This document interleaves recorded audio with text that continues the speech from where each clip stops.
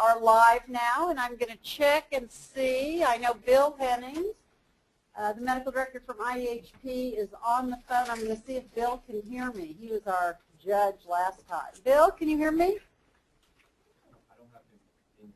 Oh, he's not in yet. Who's on there? The person I have called in yet is Michelle Bass. Oh, Michelle, can you hear us? Michelle?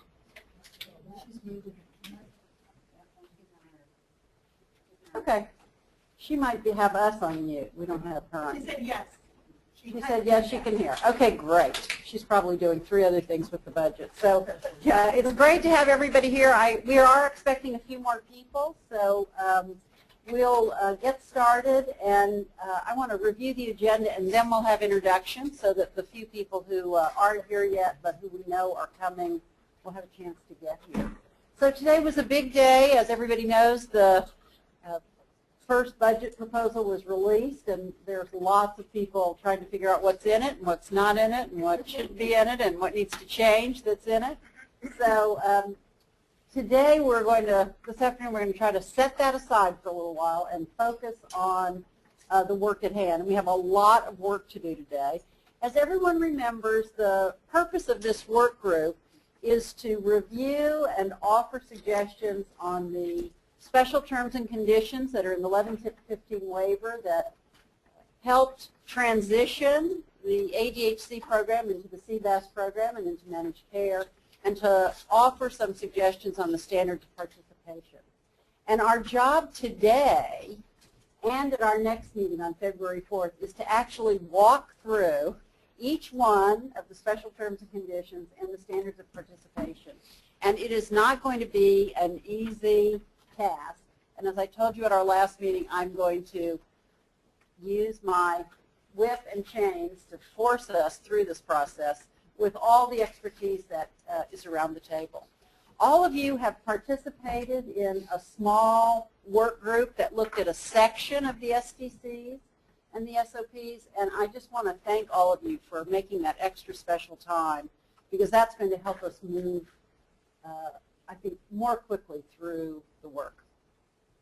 So we're going to start, after we have our introductions, with an update on the stakeholder input that we've received through the website. And then we're going to go right into the STCs, and we're going to start with the STCs. My hope is that we will finish the STCs today so that we can have the entire meeting, number 3, on February 4th, devoted to the standards of participation. And if you all perform fabulously today, maybe we'll even get started on the standards of participation today. And then remember, our 4th meeting will be to review the work that we've done, make sure we still agree 2 months later, and to spend a good part of that meeting talking about, beyond the STCs and the waiver, what's the future of CBAS, and what kind of innovative, new, expanded approaches can CBAS and the work that you all do every day with your clients, what role can it have in the healthcare delivery system going forward? So again, thanks everybody for coming. So I'm Bobby Wunsch from Pacific Health Consulting Group, and I am here to facilitate the meeting. And Viviana, why don't we start with you, and let's go around and have introductions, your name and the organization that you're affiliated with. We'll do the people in the room first, and then we'll do our work group members that are on the telephone. Viviana Criado with the California Elder Mental Health and Aging Coalition, and I was just meeting my 2 partners that they could meet too. Perfect. Great. Thanks for being here today. Yeah. Hi, everyone. I'm Lydia Missilides. I'm the Executive Director for the California Association for Adult Day Services. I'm Ruth Gay. I'm the Director of Policy for the Alzheimer's Association of Northern California, Northern Nevada. Mallory Vega, Executive Director of Acacia Adult Day Services, also representing our Orange County Adult Day Services Coalition. Great, Mallory. And I'm Diane Cooper-Puckett. I'm the Executive Director of the Peg Taylor Center for Adult Day Healthcare, and also a board member of the Alliance for Leadership and Education, which is the educational and quality arm of CAS. I'm Judy Carter. I'm the Chief Medical Officer for LA Care. I'm Tammy Moore. I'm the RN Manager with Santa Fe. I'm Denise Peach, and I'm the chief of the CBAS branch with the California Department of Aging. I'm Chief Molly with the Department of Healthcare Services, CBAS section. Nina Nalcox, Graceful Senescence, Adult Day Health Care, Los Angeles. Mark Kovalik, Administrator of the Montreal's Adult Day Healthcare Center in Illinois. And Claire, Vice President of Long-Term Services and Supports Care First Health Plan. Beverly Gibbs, AVP of Medical Services for Care First Health Plan. John Chen, Department of Healthcare Services, Long-Term Care Division. And Ed Long, Department of Aging, Long-Term Care Division. And I'd just like to remind us all to speak so that we can be heard. Thank you, Ed. So let me explain the microphone system. So those of you that were here at our first meeting, we had some issues that I'm pleased to say the CBA staff have been working on. You can see, for those of you that are in the room and those of you that are watching us, we have two big microphones or speakers in the middle of the room, and we have a microphone here to my left that I'm told will pick up pretty much any whispers from anyone at the table. So watch out what you say next to you. So please do, as Ed said, project. And then when we have public comment later in the meeting, we will ask you to stand up and come just a little closer to the table so we can make sure that everyone who's listening in can hear. I want to remind everyone that the members of the work group who we're going to have introduce themselves, who are on the phone, will be live and will be participating throughout the meeting. Members of the public that are here in the room and also on the phone, the people on the phone will be muted, and when we open for public comment, we'll ask for any of you to offer your thoughts on the work that we've been doing.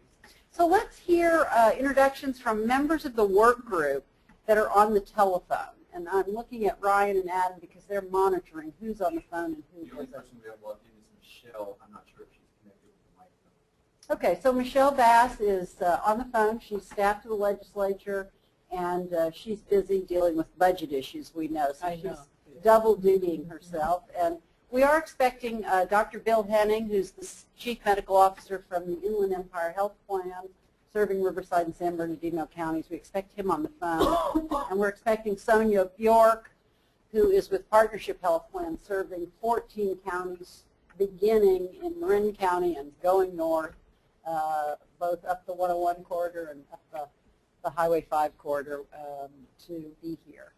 So we will have them introduce themselves when they come.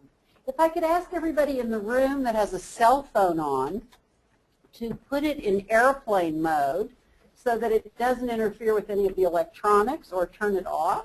We will take a break somewhere this afternoon. Everyone knows we take breaks when I need a break, depending how much I had to drink before we started. All of the materials for the meeting today are posted on the CBA website, and the address of the website is at the end of the slide presentation. So anything anybody on the work group or any of the staff, Denise or Jeannie, want to add before we get right into our work? Okay, so again, remember I told you, have lots of caffeine before you come today. I prefer Red Bull. I had one this morning. Now I have my caffeine here. We really have to stay focused. This is a very difficult piece of work to do as a group.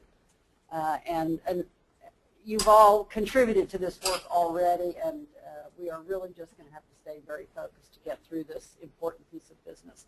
So let's first start hearing from Denise Peach, what input we've heard from stakeholders in between our last meeting in December last year and our meeting today. And if you want Oh, to yes, advance the sorry. slides, we'll pop up the one for stakeholder. So it's pretty simple. Since the last meeting, other than what we've heard from the work group, which has been extensive, we've been working with the work group members and their small teams that they've been working in. We've been talking to you a lot. As far as anybody else goes, we've had exactly one comment that's come in through our email box with regards to questions about the process and whatnot. Everything else has been cataloged in our log, and it's been received at the webinars. And so we've had a total of 67 comments and questions so far. I think that if you haven't already taken a look at the log on our CBA website under the stakeholders key documents, it's a pretty nice cataloging of all of the issues that people have. We've put them into categories that break down sort of the areas that they're covering, whether it's a question on the authorization processes, face-to-face, and eligibility determinations. We've had a number of comments in that area, a number of comments about rates, questions about the stakeholder process itself.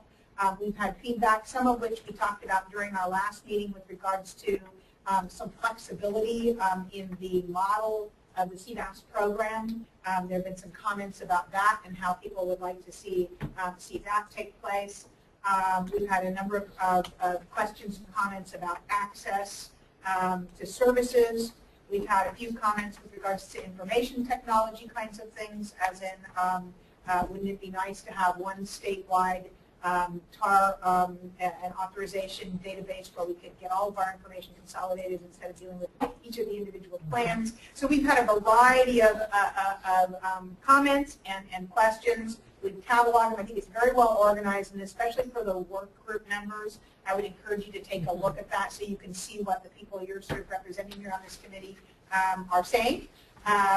But most of that commentary has come during our webinars, and we will expect the same thing probably today. And then we'll post an updated log sometime in the next week after this meeting. So hasn't been a lot that's been coming in via the phones at Aging or via our mailbox. But again, I would encourage anybody who's listening in and anybody who you all come in contact with, if they want to give us feedback, I think one of the best ways, we've suggested it here on the slide, and that is to use the very matrices that you guys have been working out of the work tools, which are also up on our website. And you can encourage people to make specific comments on a waiver item or a standard of participation item. They can give us a comment right in that document and email it to us, and that'll make it very, very handy for us to interact with them. So, so that's pretty much the summary of it. Great, thanks, Denise. Anybody have any questions? Any of the stakeholder members have any comments about the stakeholder input that you've seen on the website or anything you've heard from your friends and colleagues? Sonia, please come sit right here next to Diane. You want Jane up front? Jane can sit right here next to Viviana. Thank you. Sorry. So anybody have any, we'll have Jane and Sonia introduce themselves as soon as they get settled, but anybody have any feedback, anything they've heard, or any observations they have about how the input has been organized on the website? Lydia. I just wanted to say thank you. Say your name. Oh, Lydia Missilides. I just want to say thank you to the DHS and CDA staff for putting this together in such an organized way. It really made our work a lot easier. And it was interesting to read through the comments. So I hope more people will provide from the public. Yeah. Good, thank you. Yes, the staff have done an awesome job. Just great. Okay, and we've had 2 new members join us. Jane? Hi, I'm Jane Ogle, Deputy Director of the Department of Healthcare Services. And I'm Sonia Bjork from Partnership Health Plan of California. I'm the Director of Policy and Program Development there. Great. Thanks for joining. And you'll get to meet everybody. This is a very active group. So now we're ready to get to work. So we're right on schedule. Let me just say a few things background for the group, and then we want to hear from all of you before we actually dig into the STCs. The transition from ADHD to CBAS is now over.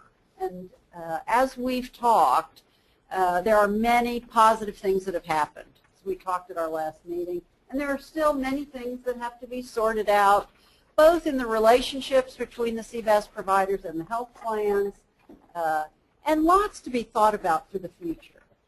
Our first task really is to focus on updating the STCs so that they reflect today's reality of CBAS within the managed care world, and then to think about what the future may hold. So as we've said, post-settlement, we need to revise the STCs to make sure that they reflect the world that we're going ahead into.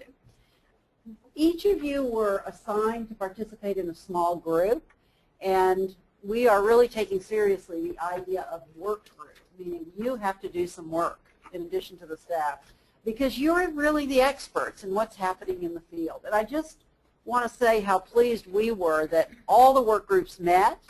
All of you have contributed to what you're going to see on the screen in just a few minutes in terms of comments. Some of you went way beyond your assignment and looked at a much larger piece of work, and we'll show you how that's been captured as we go through this. I'd like to just stop for a minute and see if anybody has any reflections on the work that you did. So we don't want to hear yet about the individual STC that you argued about in your work group, but any takeaways that you had from looking deeply at the STCs with your group or by yourself, or any thoughts that you have that you think would help the group as we start to move through this process.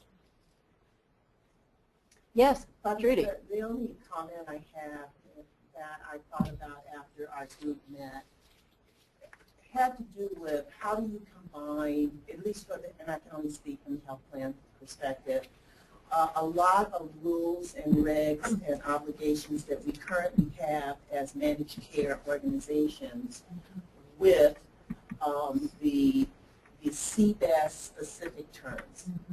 And you know, I thought after our meeting it would have been so easy if we were like babes, you know, that we didn't have our group of stuff that we're already doing in a way that we already have to do it. So I think that a lot of the challenge is that we're not doing this in isolation. Right. It's not a new, coming up with a new program. It's that we're mishing and mashing programs that exist with programs that are changing from the CBAS. So it's kind of like a new recipe, and that it's not going to be a cake or a pie. It's going to be a spy, you know, or a kai or something like that. And that's going to be a real challenge on what we have to do. Yeah, great point. Because I think, just to add to what Trudy said, I mean, the purpose of the STCs going forward is to continue to define the program. But in addition to the STCs, the CBAS providers have contracts with the health plans that have much more detail in them about different topics than may be in the STCs. The health plans have contracts with the state that define the scope of their work. The state has a contract, if you will, with CMS that further defines the state's role with the federal government. So these layers, each one contributes to the next. The STCs won't be the be-all and end-all. It won't have everything in it because that's not its role. And really the STC's role is to define the relationship of the program between the state, the Department of Health Care Services, and CMS. The exact wording of the STCs, which we are not going to worry too much about, is really the job of the state staff in negotiation with CMS. We want to focus on the concepts, the directions that you want the CBAS program to go in, and the major issues that you feel need to be present and highlighted in the STCs in order to protect the program and to protect the program's integrity. And so this will be hard, and we'll be juggling this as we go through. We're also going to maintain a parking lot list, if you will, that will be published as part of the summary of this meeting, where issues that don't belong in the STCs but maybe belong in the standards of participation or may be suggested to the health plans to be in the contracts, or maybe issues about the future, we will come back to all of this. We'll keep the list, and we'll come back to those as part of our conversations. Yes, Lydia. Just to build on what Dr. Carter said, which I agree with 100%, is that we also now have a new element that we discussed in our work group here, which is we're also going to have different classes of beneficiaries who are getting different combinations of services. So it's not just the program, but it's the beneficiaries have different entitlements, so to speak. Right. And so to try to think about that in this context, which is very different than 2011, was a bit of a challenge. So it led us to think that we have to stay fairly high level in these STCs. And I'm glad you said what you just said. And then think about drilling down a little more deeply into the standards of participation, right? Exactly, And yes. And then keeping in mind how all these Yes. things interrelate. Yes, we see the standards of participation as much more detailed than the STCs are much more operational. But Lydia, just for everyone, maybe so everybody's on the same page, define what you mean by different levels of beneficiary so everyone understands that we're all talking about the same thing. This is where Jane gets to. Yeah, well, that's why Jane. See how well I'm doing on this figure here. It's like, oh, I've trained her well, I hope. So we have beneficiaries who are going to be moving into managed care. All the CBAS beneficiaries today, with a few exceptions, who are still in fee-for-service, are in Medi-Cal managed care. But Medi-Cal managed care is evolving so that there will be some beneficiaries that have the benefit of being in a CalMedi Connect plan in 8 counties. Others are going to be moving into Medi-Cal managed care plans only because they choose to not be in CalMedi Connect, or they're in a county that doesn't yet have CalMedi Connect, and they're going to get their long-term services and supports eventually through managed care plans. And the definition of what the plan's obligations are for those two, let's call them classes, I don't know a better term right now, of beneficiaries is different. And I think to me, the most significant change is the intensity or type of care coordination that a beneficiary will receive in CalMedi Connect versus someone who is not in CalMedi Connect and just in the managed care for their long-term services and support. So in some of the areas we looked at, that came up in our discussions, and I think it's just something to be attentive to as we have these conversations. I don't have any grand solution to that. That's good. Trudy gets to go Trudy, first. Trudy Carter and then Jane Ogle. I just wanted to comment, Lydia, that it's certainly from the health plan point of view, there's no difference in how we're going to manage those two populations that you talked about. Because as the health plan, we're responsible for the CCI. And in some cases, it doesn't make any difference. I mean, we're blinded to the fact that we have to provide the appropriate home and community-based services, and CBAS is one of those services. So I hear you, and in some ways operationalizing it, there will be a lot of turmoil in the system because there are these gradations. And by the way, I listed out on my board yesterday 10 different variations on if you're in it and you were passive, if you're in it and you got out of it. So there are 10 ways of just being CMC that you can talk about. But for this discussion, basically those members will be handled and managed the same way. I think what you might be thinking about, though, is if you think about a county like San Francisco, I'll spit it out here, where they're not participating in the coordinated care initiative, but they are responsible for CBAS, so, and they don't currently have responsibility for nursing facility services beyond the month of and month after. So there is a little difference in the amount of services and integration they have available to them in providing services than in another county like LA, where they're responsible for the full spectrum. Yeah, that's a little bit. So I think when we're thinking statewide, yeah. You know, and then we have the rural counties that haven't quite moved yet, although we think maybe by August they will have. So it just was something that we had to think about as we looked at what was transition, what isn't, and so on. So that was my only point. Right, and half the rural counties, because all of Sonia's counties, of course, have all moved. So yeah, we tried to make it as complicated as possible. As we expected. Thank you. Nina and then Ruth. But as a predecessor to the CCI, currently dealing with participants that are enrolled in Medi-Cal managed care with their Medicare still disconnected, I see some of the challenges that maybe you're saying from the plan perspective, we handle it all the same, that maybe that may not be the answer. seeing the disconnect and the challenges that occur specifically with someone, with a participant who is not having their care properly coordinated is a completely different animal. And so right now, I still have a member that, let's say, is enrolled in one of the Medi-Cal managed care plans who receives those benefits under that, but is still bouncing around to various Medicare positions. And even inside, because they aren't assigned to any particular plan, it's not working. You know, which is why I know coordinated care is definitely the way to go. But to look at it like these are the, handle it the same may not be the best way to go. Well, again, and I think this is the start of a long discussion.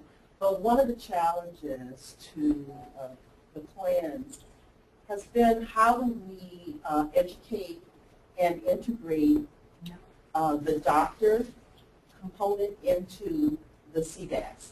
Because what we found that even when you were a part of, let's say you were a part of the DSNP, where your Medicare and your Medi-Cal were being coordinated the same, there was no difference in how those doctors understood CBAS, how the doctor integrated into functioning.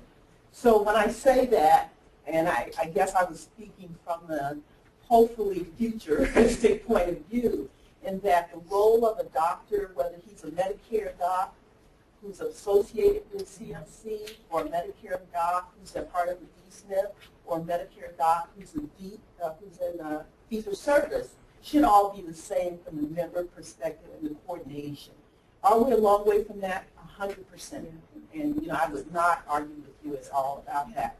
But I think as we build and we look at these special terms and the conditions, that we should be looking at it from the optimal point of view on where we need to get and where we need to go. That's what I was talking about. And the clarification from Jane about what Lydia meant was very helpful, because I got to throw off just my LA Care County hat, which is a really big hat, let me tell you. But I got to throw it off and really think from a higher perspective across the state, and particularly for these special terms and conditions. I agree. John, did you want to add something to that point before we go to Ruth? Oh, okay. So thank you. Sorry, Ruth. It's okay. I think we won't forget it's very important for us to is that we have two groups coming together, managed care plan and CBAS. I think the important thing is we focus on the beneficiary who needs CBAS services. Thank you. And how do we help them? The transition process of this model of managed care, that model, or this cover benefit, that will be a long road. But the bottom line is that we're dealing with beneficiary in the CBAS program. And how do we basically work together, given that we know where we're going and try to improve coordination and focus on the patient needs, and how do we write the STC in such a way that it doesn't constrain it in such a way that, so for my approach to STC is more about don't put anything in there that will constrain us. Okay? It's more try to make it, because the STC will affect us for the next 5 years. Okay? And so at least within the context of the next 5 years, I think when people are in CBAS, who are they, what are they, how do we work with the physician, how do we work with managed care plan, how do we work with IHSS, and do we need to change anything in the STC that would, in such a way that will enhance it rather than constrain it? That's what I'm trying to say. Great point. Thank you. Okay, Ruth. And that was a wonderful segue, actually, of what I was going to say, which is I think one of the things that came to mind for me when I was going through this is not, for one thing, the complexity of it, of course, but for me, I was thinking, at the last meeting, some people were talking about, can we reintroduce the Alzheimer's Daycare Resource Center, the Alzheimer's specific, or other specific specialized needs within some of the programs? And as I read this, I was thinking, how do we do this in a way that the adult day health programs are not huge programs, right? They're not hundreds of people and administrative staff. How do we make it so it's, how do we make it so that we don't add layers of bureaucracy to unnecessarily to what people are dealing with, and allow the flexibility that both the programs need to meet the needs in their community in different ways, and for docs to have the flexibility to provide for their families. And I think one of the scares in this whole health reform change era is that people are losing the autonomy to do the things that would help them creatively respond to. And so how do we make sure that there's flexibility in it and not so many layers of bureaucracy that we just added levels of detail that are unnecessary? Great. And I think this is a great movement into our SDC. So are we ready to begin our work together? Mm-hmm. So I think many of you, it looks like, have the SDCs either electronically or in hard copy, and we are going to have them right here on the board. So just give me a second to show you how snazzy these are here at CBA. So here they are on the wall, and we're going to walk through them literally one by one. So here's what I need to ask of all of you. If we're going too fast or I'm being too mean, you all know me well enough now to tell me.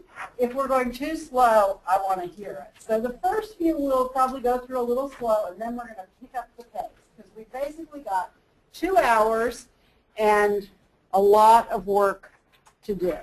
So is everybody ready? Anything Denise or Jeannie want to add? I just wanted to comment that what we have in this document is everything that we got from all small work groups except for number 4. I'm sorry, number 4, we don't have yours rolled up in here electronically today, so you can tell us as we go through.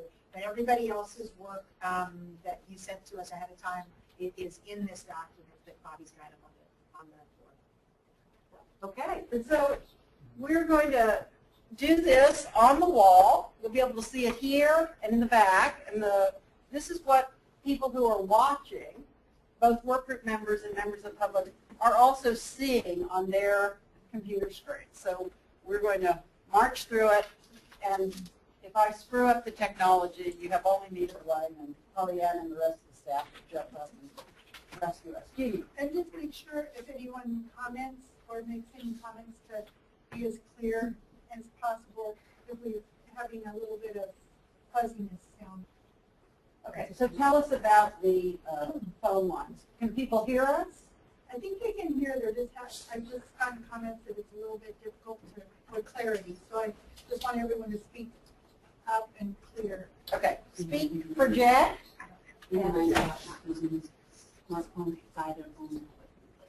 So again, if you're in your office or at home or outside on this beautiful day, move your smartphones, your other technology away from your computer if you're listening on the telephone. And the same goes for all of us here to shut everything down. Okay, ready? Yep. So one more reminder. The bathroom keys, not to get into the bathroom, but to get back into this offices, are right over there. Sonia, wave that around so everyone can see. And that gets you back in the door, and I think all of you remember you go out the door and kind of make a circle, and you'll find your way to the bathrooms. Please feel free to get up and go when you need to, because we will take a break, but not quite yet. Okay, now, for those of you that have studied the SDCs, and were in a work group that worked on them, we want you to just speak up as we go. We're really going to march through and use the feedback that we've gotten. Some of them we didn't get feedback on, or some group commented on an item that wasn't in their assignment. And as Denise said, if it wasn't in your assignment, the marks may not be up on the wall. But here's how this great system works. We're going to be able to mark something and write comments as we go. It's pretty snazzy here. So here we go. And I'm going to try to do both the writing on the wall and keep us focused. So that'll be my test for today, and not trip on any of these things that are here. So let's start page 1.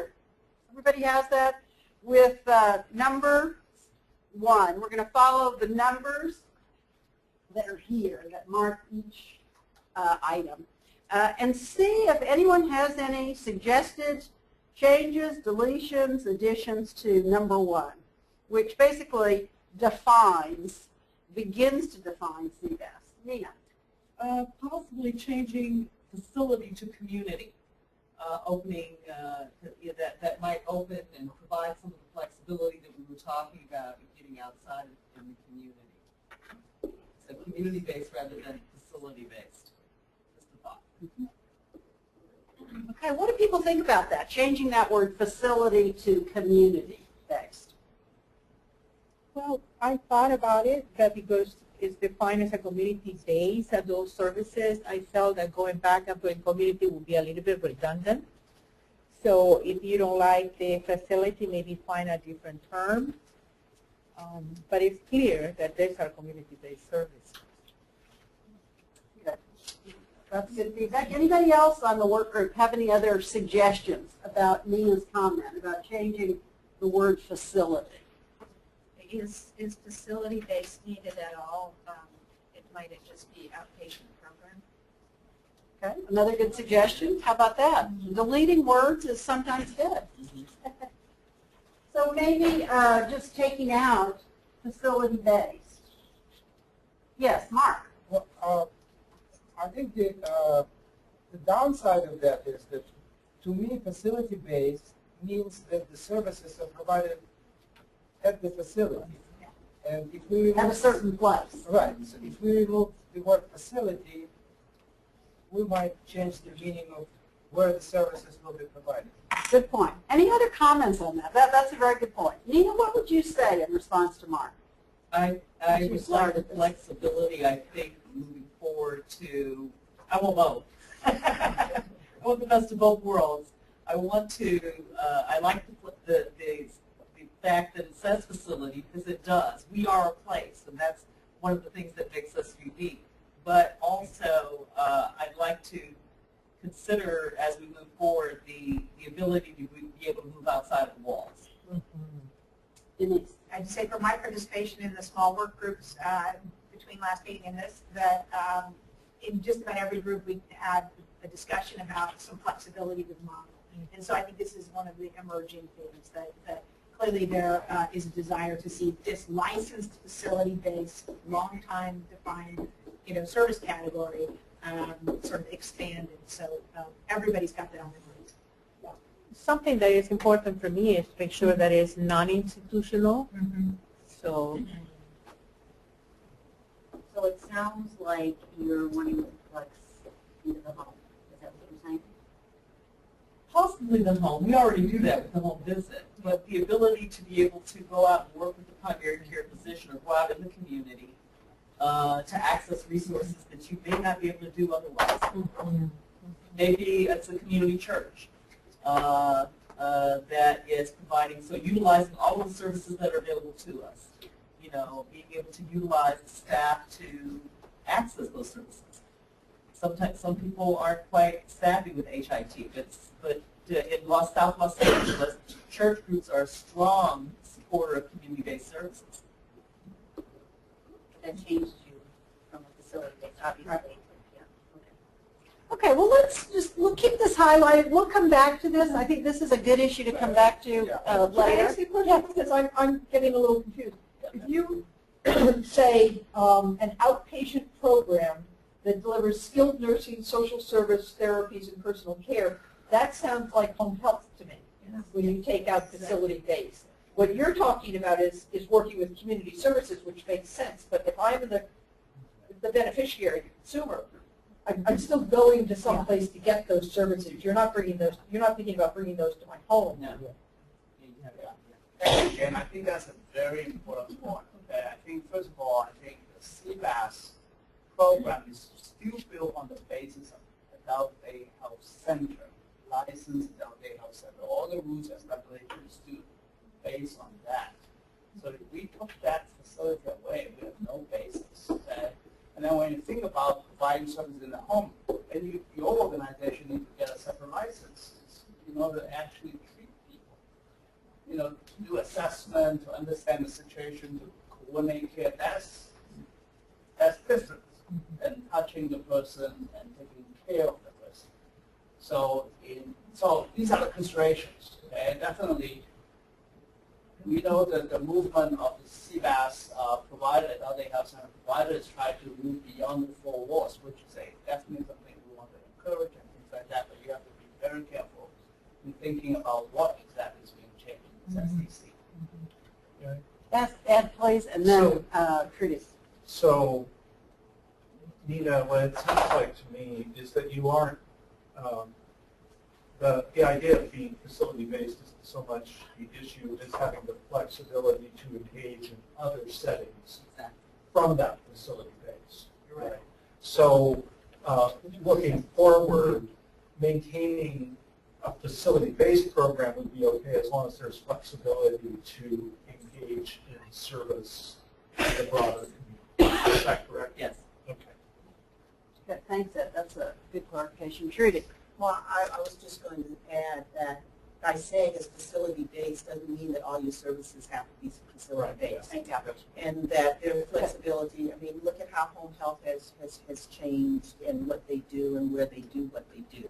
So I think that as long as that, but I agree with John that by saying it is a facility-based, it really does tie you to the adult day health center and concept.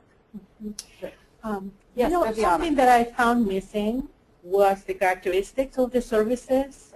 So it doesn't describe whether they're comprehensive, quality, whether they're culturally competent, or you have another place where you put all those qualifiers of the services.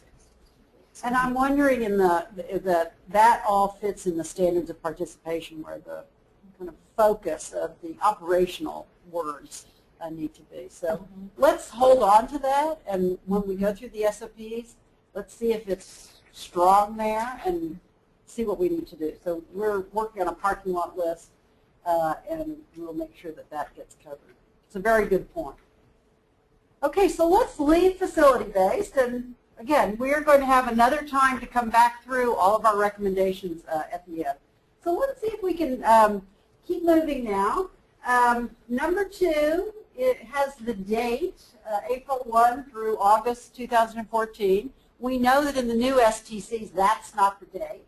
So that has to be changed to reflect the new time frame, which we will add going forward. Then items 3, 4, 5, and 6. And we're going to, let's see if I can make this move. All the way through 13. Am I going the right way or wrong? No, wrong. Thank you, Pauline. All the way through 13. You've got it in front of you. Talk about what happens to the next page. Working up with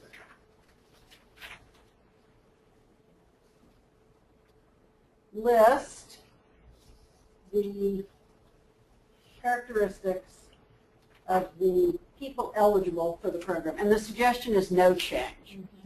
So if everybody can just look through 13, the recommendation is no change. And if everyone agrees, we'll move on to number 14. This is the enrollment criteria. Does that make sense? Right. Okay. And our group will make just one comment, right? Right, please. Yeah. At the comment was on number 6. Okay. There was a need to tidy up a little bit the language. In reference to the state, it wasn't clear whether this is the state plan or whether it's a state legislation. In this case, the WI code, just to make it a little bit clear. Good. That was our feedback. So that came from your small group. Number 2. So this is great. So under number 2, and I'm wondering, Denise, Jeannie, John, if you have any advice to us on how to incorporate this discussion that this small group had on number 7. Number 6. Let's see exactly. Okay. About the established by the state. Established by the state. Okay. Yeah, we had this conversation in one of the small work groups, and essentially the medical necessity criteria have been established for a long time in the program, and they're established in law and in the Welfare and Institutions Code and in Title 22. So in the transition to CBAS, we incorporated all of that and then added on also these categorical five categories that you see here. So I think that your sense, Viviana, was that we needed to perhaps just say that this was in state law. Right, And make it right. explicit. And maybe we should reference the W&I code. That was the suggestion. Sure. Okay, so to make it more specific. Right. Okay, so that, But there was no suggested change to the actual. No. Just to that, to I'm make just it going to write clear. state law here, and then we can decide if it's going to say W&I or just state law. And the So- importance of that is that if it's state law, in order to change it, you're going to need to do certain things. Right. If Yeah, it's the very good state, point. it's something else. Yeah. Correct. Okay, so good, thank you. Okay, then let's move on to number 15. Oh, sorry, number 14. So we shared that with group number 2, group 1 and 2. Mhm. Get there. Sorry, I'm slower than you are. Okay, number 14 is suggested for deletion because it's no longer applicable. Does anybody have any disagreement? Our group thought that maybe, again, maybe CDA and DHS staff can figure all this out, but we thought that there needed to be a statement about enrollment for services and to maybe modify this to discuss if the CBAS beneficiary is eligible to enroll in a managed health care plan, where such plan is available, blah, blah, blah, and then talk about it if managed care is not available, what that means, so that this could be changed to a statement about enrollment for services, something like that. So more broadly. Yeah, that it than in, right. So rather than saying enrollment for non-CBAS, to say here's the definition of enrollment, that it's if it's available in a managed care health plan county, then and so on and so forth. We didn't have time to go back and sort of cross-check it with other sections, but we wanted to be sure that there was some definition of enrollment. So that was our only suggestion. We agree that the current language is no longer needed, right? But that there should be some definition. So, to add. So Denise, any feedback on that? Good. Okay. Everybody okay with that? Okay. So then let's move on to number 15. It's been suggested for deletion. And maybe the group that worked on that might want to just comment quickly on the comments. Well, this was number 1 and 2 also. Because it's the second level review that goes with that. Again, here, so our group, maybe we went a little beyond what we were supposed to do, or this is an SOP item, but we thought, again, this could be changed to talk about that participants should have a face-to-face assessment to determine initial enrollment. But here we had an idea that we wanted to toss out, and that is, why would the plans, I guess we'd say, or their contractors have to do an initial face-to-face and enrollment qualification if, for example, the person is a CalMediConnect person, they've already had a health risk assessment, the plan intimately knows them, they know their claims history. In my understanding, and maybe I'm being too theoretical, is that the plans are going to know a lot about that beneficiary, and so they already know and have discerned what they believe that person should be offered as a service.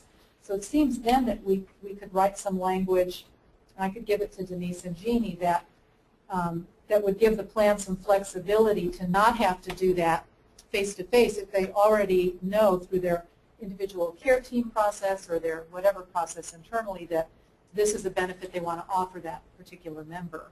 So I was just looking here, our group talked about trying to streamline, because we had IPC assigned to us, streamline a little bit the process and get people in a little bit more quickly, especially when you guys, the health plans, are going, this is a high-risk person, we need to do something now, boom. So I have some language I can share, but that was our concept. Okay, and it seemed to me when reading this that this really was, and I may be wrong, you all are the experts here, that this really was about the beneficiaries that were in the program during the transition, and that's why it was suggested for deletion. Yeah, correct. So that And I'm just suggesting a change. Yeah, the issue that you're bringing up comes later. Oh, it does? In in the STCs or the SFPs in terms of how the health plans are going to manage the assessment process, either through the IPC or in some other venue. But I would like for us to highlight that issue for discussion because I think it's very important, and our work group also came out. And I think any effort to expedite the process and to remove layers, unnecessary layers, will be to the advantage of the client. I think that from the health plan side, we feel that way as well, especially with the coordinated care initiative. There's going to be such intense assessment of the member and the redundancy of doing it. I think we're all pretty here with that. For the uniform assessment group. But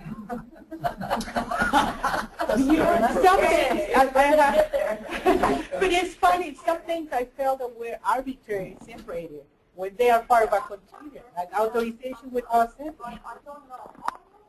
Face-to-face,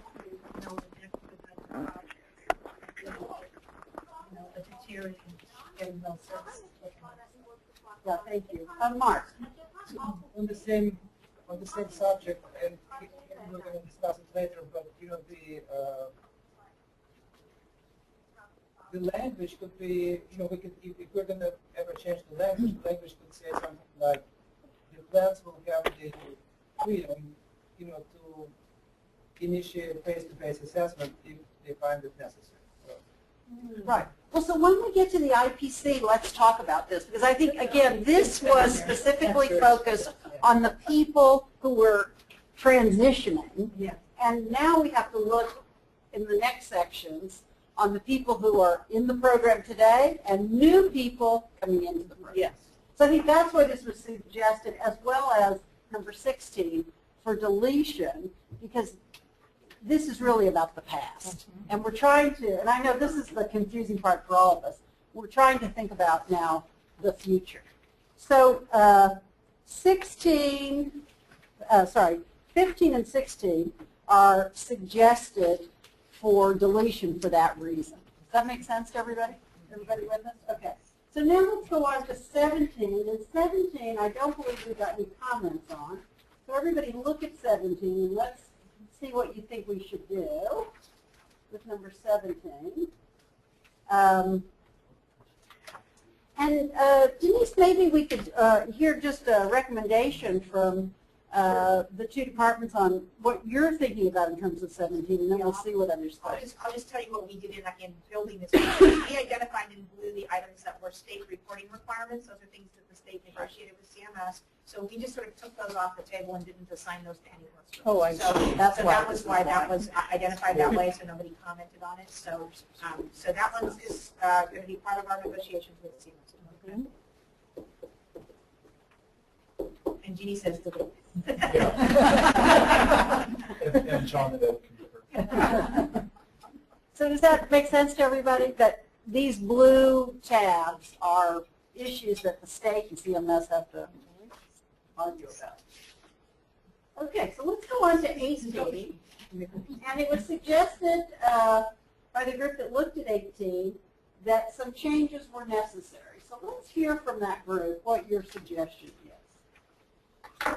The purple group. So, pink group, number one, okay. So again, maybe we went a little astray from our assignment here, but we kind of looked at the topics, and while we know this had to do with transition, we also felt it was important not to lose the concept of continuity of care as beneficiaries transition in and out of CalMedi Connect, in and out of fee-for-service potentially to managed care, whatever status that beneficiary is in. So we thought to not lose the concept, maybe this goes to SOPs, Bobby, but that we want to be sure that there is some consideration given to the beneficiary's preference. So we just said, instead of what it said with previous providers of CBAS and beneficiary preference. So we were just trying to keep the concept here of person-centered care and choice, but in a different context. So maybe this moves somewhere else, but we didn't want to lose the thought. Any suggestions, Denise, about where this might go? So this is the piece we just want. So I have a question. Yes, please. So Okay. normally there's some kind of, if there's going to be continuity of care, there's also a requirement that they have to meet certain quality outcomes or certain things. You just don't say anybody can get in. You know, that's one of our issues is, you know, there's continuity of care if these things are met. And that's where I would take this. Right. Yeah, Kind of and like we're doing with the CCI, that the provider has to It's not meet just tourists. It has to meet a criteria. quality metrics. Yeah, exactly. Yeah, that's why we said continuity of care is not a good title for this category, but we couldn't think of a better one. We just wanted to put the concept out there, that's all. Good. But your suggestion is to keep the concept in there. So that's what we're, in the SOPs. right, or somewhere. So, you know, the idea here is to keep the concept. Going to have quality metrics associated Right. with it.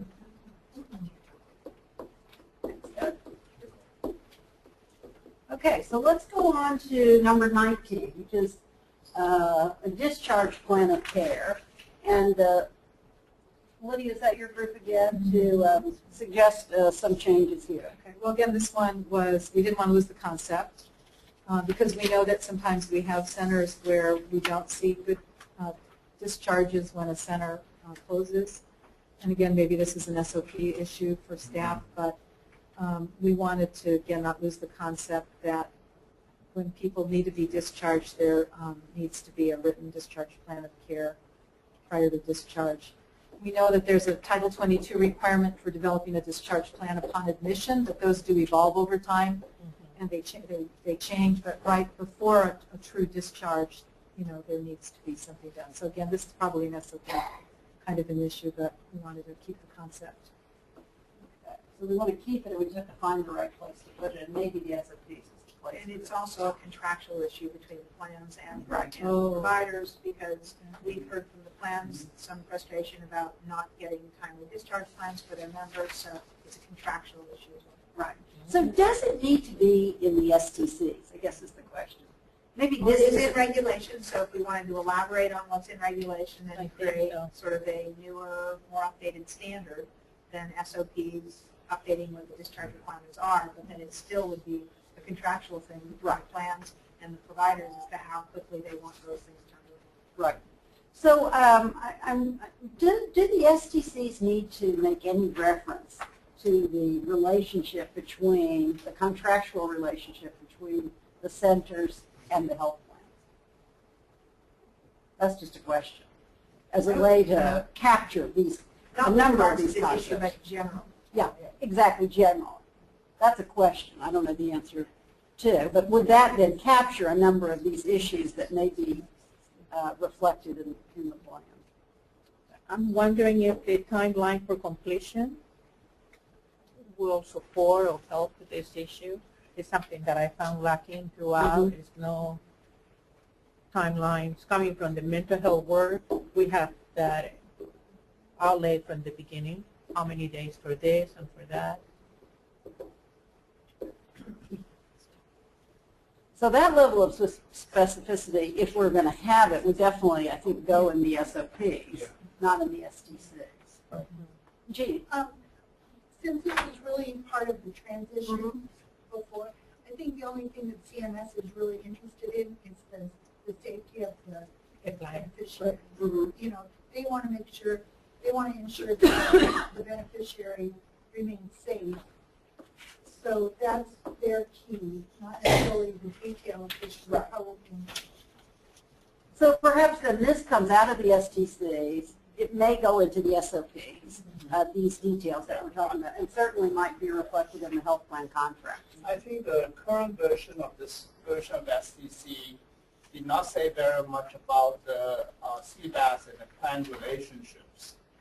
It's more about, mostly just say the CBAS will give plan benefits. And that's about it. But a lot of these points about continuity of care, when patients move from one center to the other center, or one plan to the other plans, or one product to the other product. So that kind of continuity of care is a topic area that we should probably spend some time on, and you need to be put into this definition of STC to clarify that a bit more. So I think that would be sort of like a new development from the last version of this version. Okay, so to add a section Yeah. in the STCs about the relationship with the health plan. Okay, does that make That's sense to right. everyone? Plans?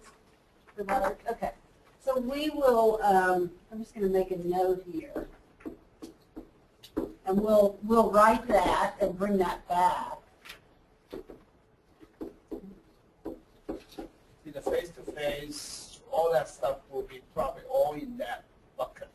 Okay, and we'll draft, I mean, the staff will draft that, and we'll bring that back to the group to look at the wording. That makes sense. Yeah. Okay, well then let's look at this group, 21 to 26, Right. which follow what we've just been talking about. And it seems like this would all follow into the SOPs with that continuity of care issue that we were talking about. Does that make sense? I'm just going to keep the notes here. So let's go on to 27, which is grievances and appeals. Denise, any guidance for us on 27? I think that we're working off of sort of our own internal crafting. We had a long time ago identified this as one of the issues that were related to transition, so it was on the delete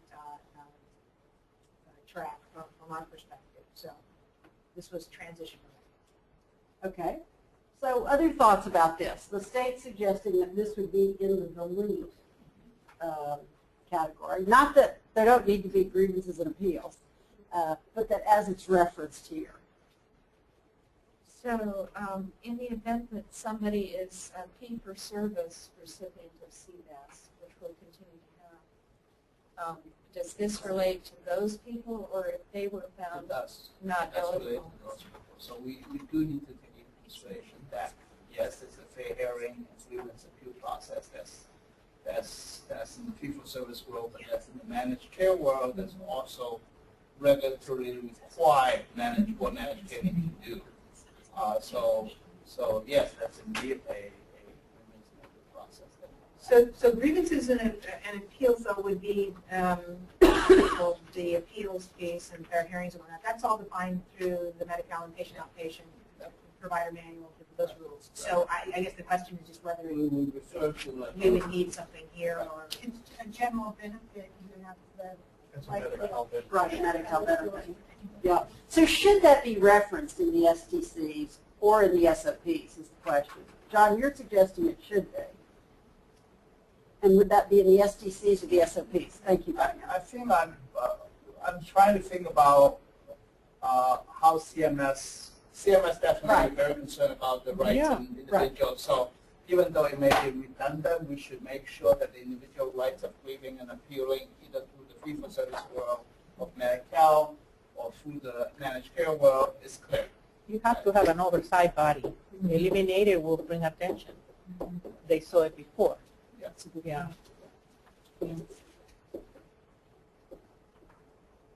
Okay, so we'll keep this in and we'll find the right place for it. And there needs to be some way to reference both people in fee-for-service as well as in managed care. Okay. Make sense? Okay, are we going too fast for anybody? Oh, no. Too slow? Anybody follow this like that? Okay, let's look at, well, 28 is a state CMS reporting issue, so unless anybody has anything to say about that, we're going to skip that and move on to 29, which begins the section on CBAS assessment and really eligibility determination. So let's hear what the groups that looked at this thought. There are some suggestions for changing this. So we're on 29 now. So well, one of the things that we looked at when we were talking about this is we know that this for now is requiring a face-to-face assessment for people, and in some centers it's taking as long as 2 months. We were thinking that if we could incorporate some language in here that would include, and again, this may be an SOP thing, and if that's the case, that's fine, our thought was is that if somebody leaves the program for a short stay away for a family vacation, or they are in the hospital and they come back, could there be some sort of presumptive eligibility so that they don't have to go out and then be reassessed and then go back through the process again and come back to the program? And again, this may be something we want to put in the SOPs, but I thought was to capture the idea that this process could be accelerated in some ways. Okay, good point, Ruth. Yes, Beverly. We've been treating them face-to-face pretty much as, you know, an entry level and at a minimum in. Right. Could you just speak up a little bit, Beverly? I'm sorry. That's We've okay. been treating them face-to-face. Again, it was for the sake of transition. And when the face-to-face was conducted, it was good for a year. We did the reauthorization after 6 months, but we only did the face-to-face. It was good for a year, unless there was some extenuating circumstance, but in general. Other plans want to comment on that? No, I agree that we considered it as transition and really kind of treated it like we treat any of the care plans, that if there's a change in clinical status that's significant, then you get a face-to-face if you feel that it's needed. So I don't know if you would have a language, certainly not in this document. Again, I think it would go in, maybe if we wanted to make sure we captured it to talk about it in the SOP, would be where we want to see. And in fact, I know that there was some dialogue in the arena. I don't know exactly with who, but there is a percentage of the population that they will always be persistently in need of this and really won't require another face-to-face. They'll be in this program until they transition into an alternate level of care. So there's a lot of flexibility with the face-to-face. It was more of a transitional for us and then a change in condition. So Okay, Tammy, and then Nina. one of the other examples you mentioned, maybe taking a long vacation with family. I actually encounter that pretty frequently. And so we've based our policy of, okay, if they're out more than 90 days with their family, I'm going to come back and do a face-to-face at that point for them to resume service.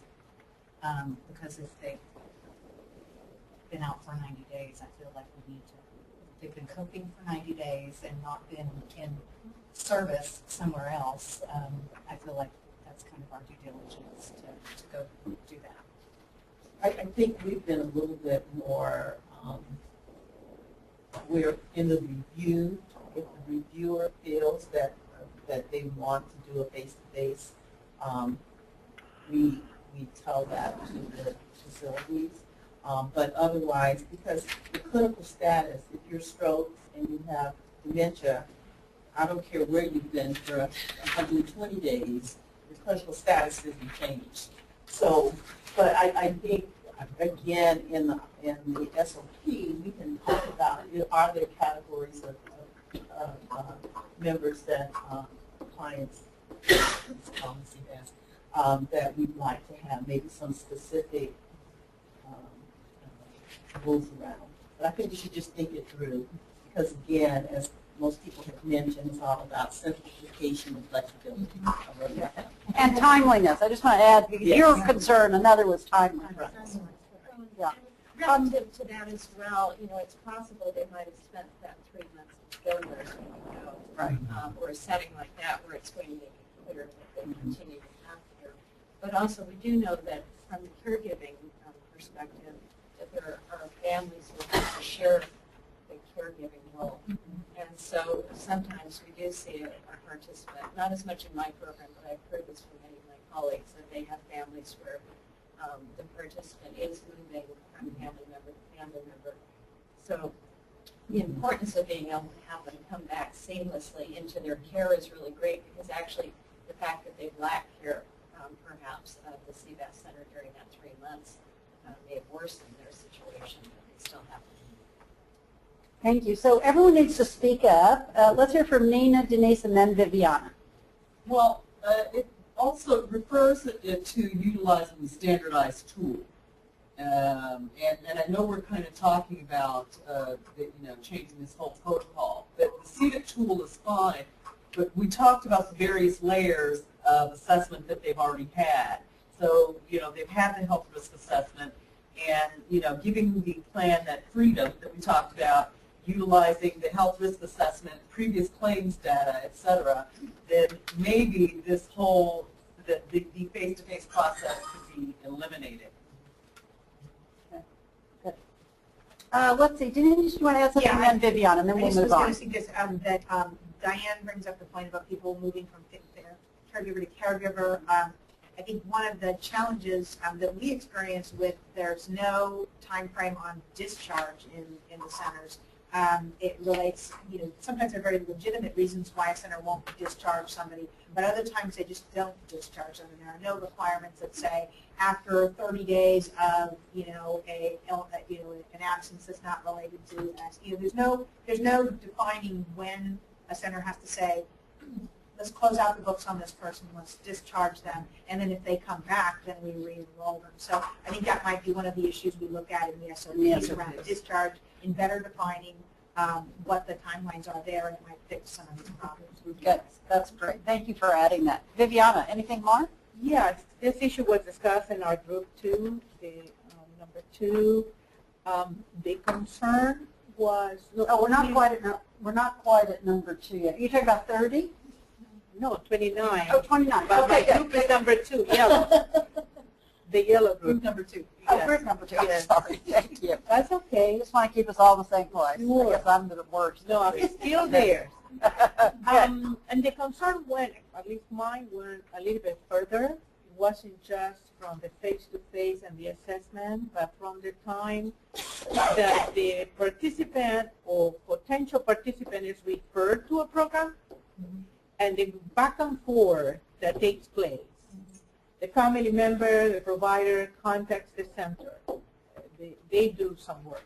Then they send for the TARP. Then the face-to-face. Then the authorization, and you have this 2 months. That something happens with those clients. And my question was, do we do tracking of wait times?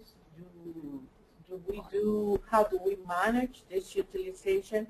I don't know. In mental health, we do that. So for me, that was a big gap and no answer.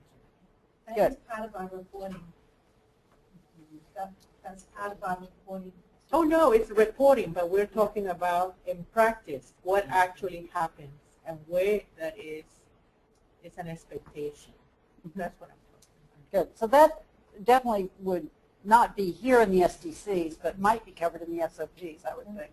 Denise and then I Tammy. did want to just note that I think this is a category that we will want to address as an STC. So just to be clear, I think that it is, CMS will want to know How the assessment process. how eligibility will be determined, right, in some general way anyways. I like that More because specific. it's beyond the assessment. It's eligibility from the beginning. Tammy? So I think I'm in a smaller county, so it's much easier for our process, I think. But I keep being shocked by the 2 month, because we have the turnaround time in our contract as to completion. So it's 2 months is not an option for us, with our contract. I think the issue, though, there's another key to this. The centers need the process to be facilitated as fast as possible because we're dealing with 2 people who aren't necessarily 100% understanding the impact that the program will provide to them in their lives. So we've got a caregiver who's feeling very guilty. We have a participant who's saying, you're taking good care of me, I don't need to come here. So you're also in the process of trying to convince both to utilize the service, even though we all know it's the best thing for them. They don't know it, and so we've got a lot of that going on. And some of that will be wrapped up in that 2 months, but if we can make the process go faster, it allows us to work with those families faster and hopefully not lose them in that process of garnering their trust in our program. Good point. So Mark and Nina and then Lydia on this topic. So going back to the old time of fee-for-service,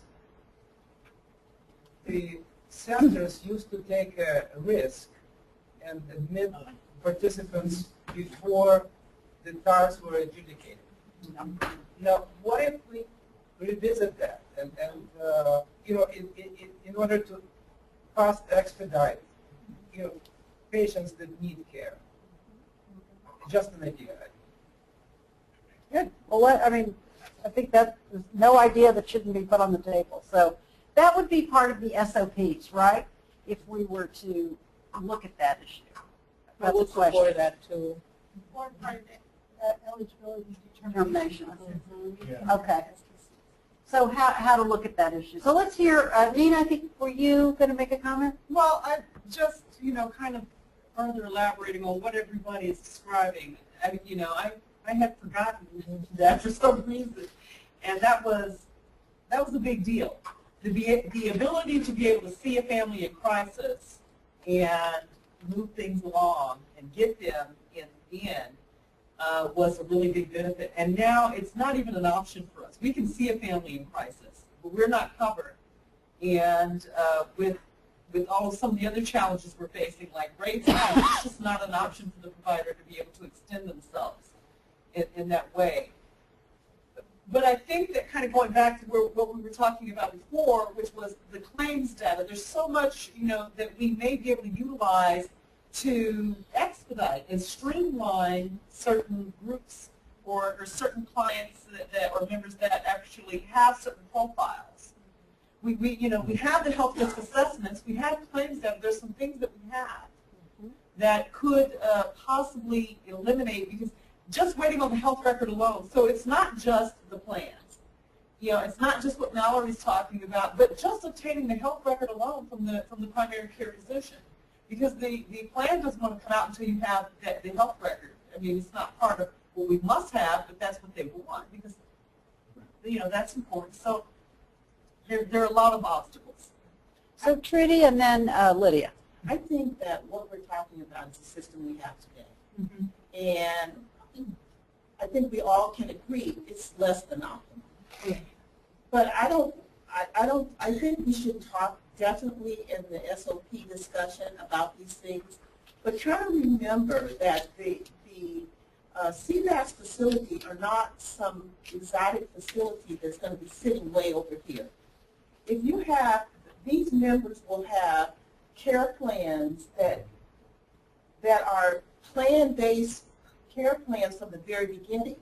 And so if you have a patient that is an acute issue, it's not, you know, I'm hoping that we've identified that patient has this acute issue, and it will be the plan calling the CBAS facility and saying, help us, that we need you to do this evaluation right away to see that if this member is going to qualify for the urgent services, or if a CBAS identifies that they can pick up the phone to complex case management and say, hey guys, I got this case and this member needs for you, and give them while they're on the phone the authorization to go ahead and see that patient in emergency situation. So as I think there's a lot of discussion because we have to share with you how our world has changed with CMS and the duals and the obligations that we now have under the new rules, and so that you can visualize how the CBAS facility will fit into the new system. Okay.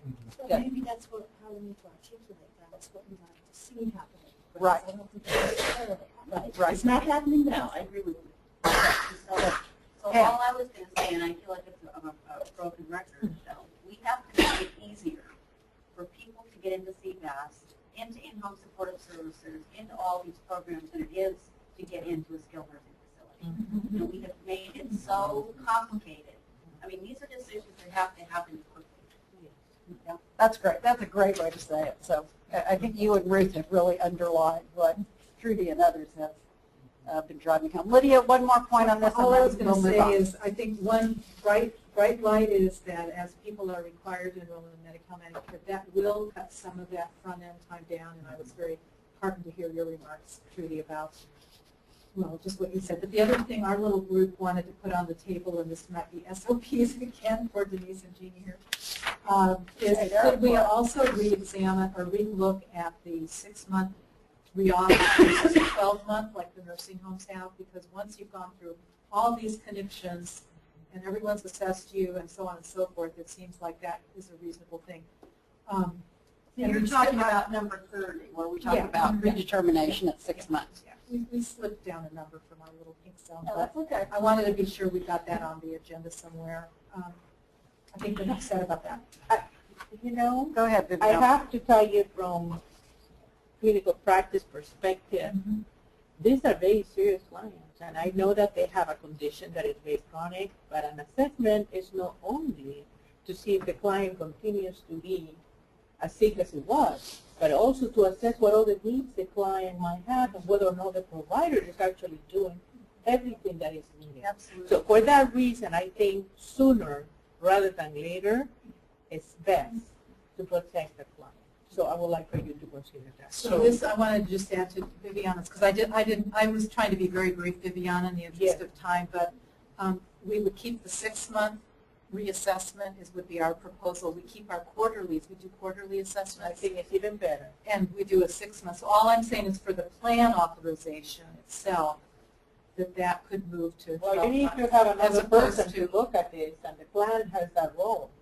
So you need to be involved. That's all I have to say. I'm going to just say Yeah, Trudy, and then one more Ted. time, and somebody No, said go. they're a broken record. I'm going to be a broken record here. Again, I think it's definitely something we should talk about for the SOP. But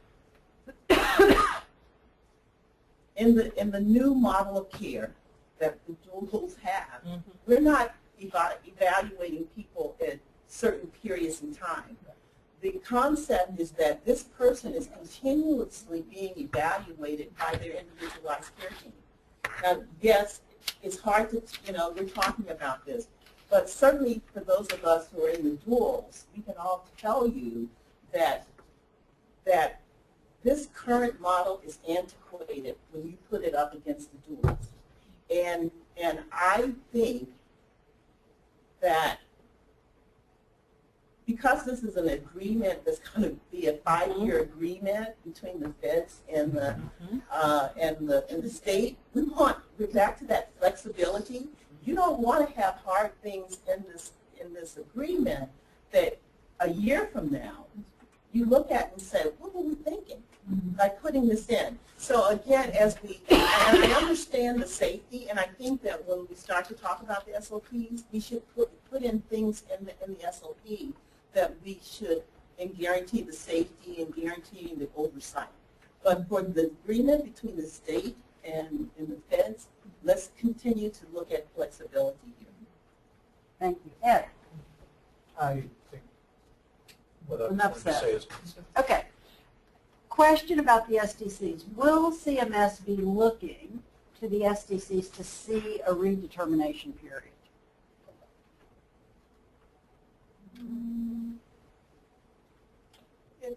It's possible, but not, So this could move to the SOPs and be opened up to some more flexibility as has been discussed. I think you need to remember too that the reassessment periods of the 6-month reassessment and the quarterly that Lydia referred to, those are defined in Title 22. That's what I thought. Program requirements. So that's what's happening at the center. So now what we're talking about is what John talked about the category of relationships between plans and providers and how often the plans are looking at things.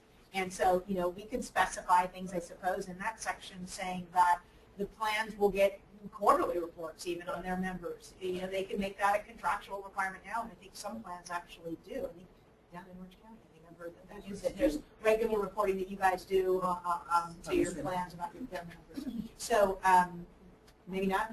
No, you're giving me a blank stare, so I guess not.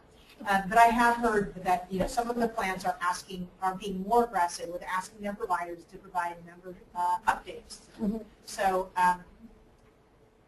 So, But this is about eligibility determination. Yes, the redetermination. Redetermination. I'm just saying that all of this stuff is still going on programmatically Right. in the background. So the Right. question is just Where do we put it? how often do you re-up the authorization and how often do you interface with the plan and do updates? Right. And what's your suggestion about where this belongs? Should we table it and discuss it again when we talk about the SOPs, or do we need a commentary on redetermination in the STCs? I'm just asking so we can keep moving.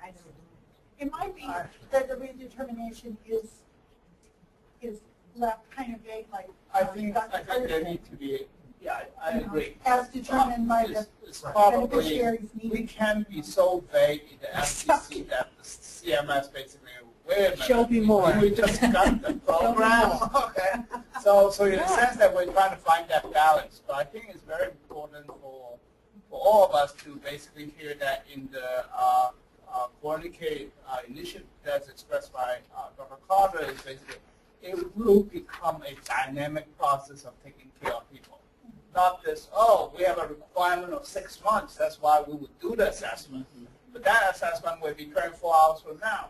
Okay? So it's really a dynamic process of taking care of people that we try to put forward in the CCI programs. Okay, and so it will be exciting. Okay, but we need to find in the STC find the balance between everything is flexible to some structure. So definitely, I would suggest that this would need to be carefully considered rather than just leave everything flexible. Okay. Yeah, you want some structure. Can I just Yeah, make one please. more point? No, this is good. Again, to continue to bring the drum. It's a difference as we consider the ultimate, where will CBAS be in the future? I mean, try to remember where it's at today. It may be very different. I mean, CBAS facilities may evolve to play a more acute role, where you are, if the CBAS facilities are doing post-stroke rehab, I'm just throwing something out there. Or if they evolve to play a very different role in the care delivery, again, I hesitate to want to bind us with rules that limit how we can work together in the future to evolve together. That's all where I'm going. Well, I think it's great because we keep hearing from the plans about a greater role for the functions and the services that the CBAS centers play, which is, I think, great news that they couldn't have said before the transition because they had no experience with CBAS. So this is a really good thing. And unfortunately, we have to deal with these specific details and how to recraft them exactly for the future and for a new day, if you will. Okay, so let's keep going because we got a long way to go before 4:30, and we need to pick up the pace just a little bit. You ready for a break? Yeah, you want to? If we take a break, we really only have time for 5 minutes. Can you do it? Okay. People on the telephone. Oh, John wants to make a statement. Don't unzip your pants yet. Anybody, girls or boys? This will be the famous statement. There's always one. Thank you, Bobby. I think, but that's not, don't forget that we're really talking about CBAS having multiple characteristics. Definitely there's a chronic care characteristic that's more the traditional role of CBAS. But it does not preclude some CBAS center or all CBAS center to move up the acuity ladder and become a quick response system. Okay? And I think, so the characteristic of CBAS, so basically SDC need to contemplate both characteristics in such a way that it's practical. Good. Thank you. Okay, now 5 minutes. For those on the phone, we're just going to put you on hold. You don't need to dial back in. When we come back, everyone needs to project. We'll start again at 3:35.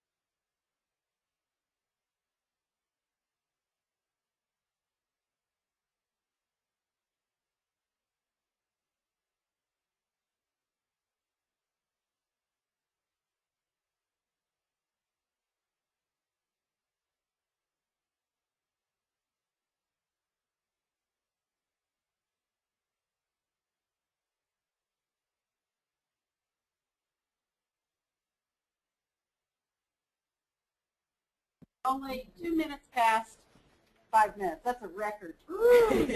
Okay, we are at item number 32. We've got about 150 items, so we have to like crank it up now. See how far we can get. If we don't finish, we won't. But my goal is to finish. And please speak up. So I know I'm loud. Some of the people on the phone are having a little, not a lot, but a little trouble hearing. So we're ready to focus on starting with number 32 through 34. The recommendation is to delete. So anybody have any issues with that? Which one? 32 through 34. No transition. All transition, Mark says. We take that for gospel. Okay, we're going to move on. So let's go up to, oh dear. I don't know how to go. Help. Can I get some help, Brian? Will you do this while I talk? We ended up going back to the beginning. If you could get us to number 35, it would be great. Sorry, technology failed me. Okay, so number 35 through 48 is about the IPC, the individual, let's see, I would have called it care plan, but it's the individual plan of care. So in every program, we have a different set of initials for the individual care plan, depending on what the program you're in. And some of you people will have multiple plans. So there's just a few suggestions throughout to add statute language. There's no suggestion of changing the wording around the individual plan of care. So I'm just going to look to Denise and Jeannie and just ask if you have any other suggestions on 35 through 44, sorry, through 48, other than adding some statutory language. Lydia? We talked a little bit about this earlier today. Our group didn't have time to go through what we think that the IPC deserves in terms of some attention right now to Dr. Trudy's comment about kind of modernizing and being something we could live with for 5 years. So when we went through this, we just looked at what was there today. I don't know if it's statute or just some language that needs to be updated.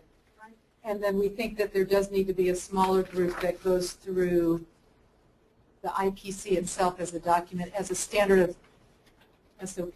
Yeah, standard of participation. Piece, and maybe even more detailed than that. So that was, thank you. This isn't sort of the end-all, be-all around IPC discussion. We don't have time today, but we wanted to just alert you to that. Well, and that's, I think, another question, then we'll go to Trudy, and that is, can there be a reference to the IPC in the STCs and the details go either in the SOPs or in the health plan contract? Trudy, what were you going to add? It's back to, I think that it's less about having an independent ICP or IPC for CBAS by itself and how the CBAS component of the IPC is reflected. Because the whole movement is that the patient will only have one ICP. So I don't know how the language or how we want to do it, but I think that it has to be incorporated that the patient has to, and that the CBAS has definitely a component of that ICP that they're responsible for and integration into the patient's ICPs. And that's what we discussed as well, and we thought that there would be a reference that the health plan would participate in the development of the IPC and the exchange of information. I know there's only one IPC. That's it. So they would participate with us Right. in the IPC. Does that Right. And it speaks to the fact that the CBAS facilities would then have access to all of the patient-relevant clinical information. Because right now, your IPC is really dependent on getting information from the clinical side over to you to include. In having one ICP, it's whoever is on the patient's interdisciplinary care team has access to that ICP. How? So, you know How? Do you have the technology Well, to have access the to way that one single group? currently, in those systems that have the electronic medical records and the electronic systems, it's part of it and you're into it. Currently, and again, this is because of the duals, we've all had to come up with systems, and most of us are using portals where designated members of the disciplinary team have portal access to the ICP, which is sitting out on a portal somewhere, where you would, the CBAS facility would be able to go in and actually make your notes on this patient inside of the portal, and you would have access to the latest and greatest. Because, for instance, if this patient gets admitted to the hospital, you would know as soon as really the health plan would know. And so you would be aware, and they're so sophisticated now, we can even send you an alert to say, hey, this patient was admitted last night, so you're not going to send your bus to be picking them up because you would know first thing in the morning that this patient is already admitted. So, I mean, there's a lot of difference in how we intend to do this, but I just want to make it clear that I think the language, again, I know, John, you're not going to like this, but the language should be such that we talk about a single ICP, because I can tell you that's what the feds want. Yes. They don't want these individual broken pieces. They want to have a single ICP, and that we're able to discuss it. Good. Really good points. Beverly, It sounds a little bit concerning, but because it's a new, what's the word? Anyway, Paradigm. It doesn't mean that it would take away the autonomy of the CBAS center for that segment of care and what your goals at the center, that you would not continue to do that. It would just be fully integrated into that individual plan of care. But you would maintain control of what are your goals at that center. Are they, keep the patient from falling? Are they to check those after check? So the autonomy is still there for you, but it has to all be in one house. So I see it almost as an IPC or ICP. Yeah. And somewhere there's a box that maybe says CBAS services and it's checked, and maybe there's an attachment that goes in there that we complete on regarding what we're providing, and it becomes a part of the document. Definitely could be a possibility. Again, there's one house. Yeah, exactly. And is this for even people who are not CalMedi connected? Are all the plans doing care plans for every single Medi-Cal person? Not for Medi-Cal. Individual care plans have been a requirement for the DSNP for as long as the DSNP, well, they changed it about 3 years into the DSNP, so about 4 years. But the duals has, upped the game considerably by CMS. And I can't tell you that the non-dual counties are currently doing individualized care plans. But I can tell you NCQA and plans that are NCQA certified are going in that direction, and other lines of business are. so let's see, John, sorry, not John, Ed, and then Mark. And So then just let's as see a where we are with this. clarification, when you're saying CalMedi Connect, you're saying both the duals demonstration and managed long-term services and support. I'm saying For the people who opt out on the Medicare side, but they're still receiving their CBAS, IHSS, MSSP, and nursing facility services through. I can't speak for everyone, okay? I can only speak for LA Care. And we have decided to treat everybody, the opt-ins and the opt-outs the same. Okay. So they will have care plans. They will have it.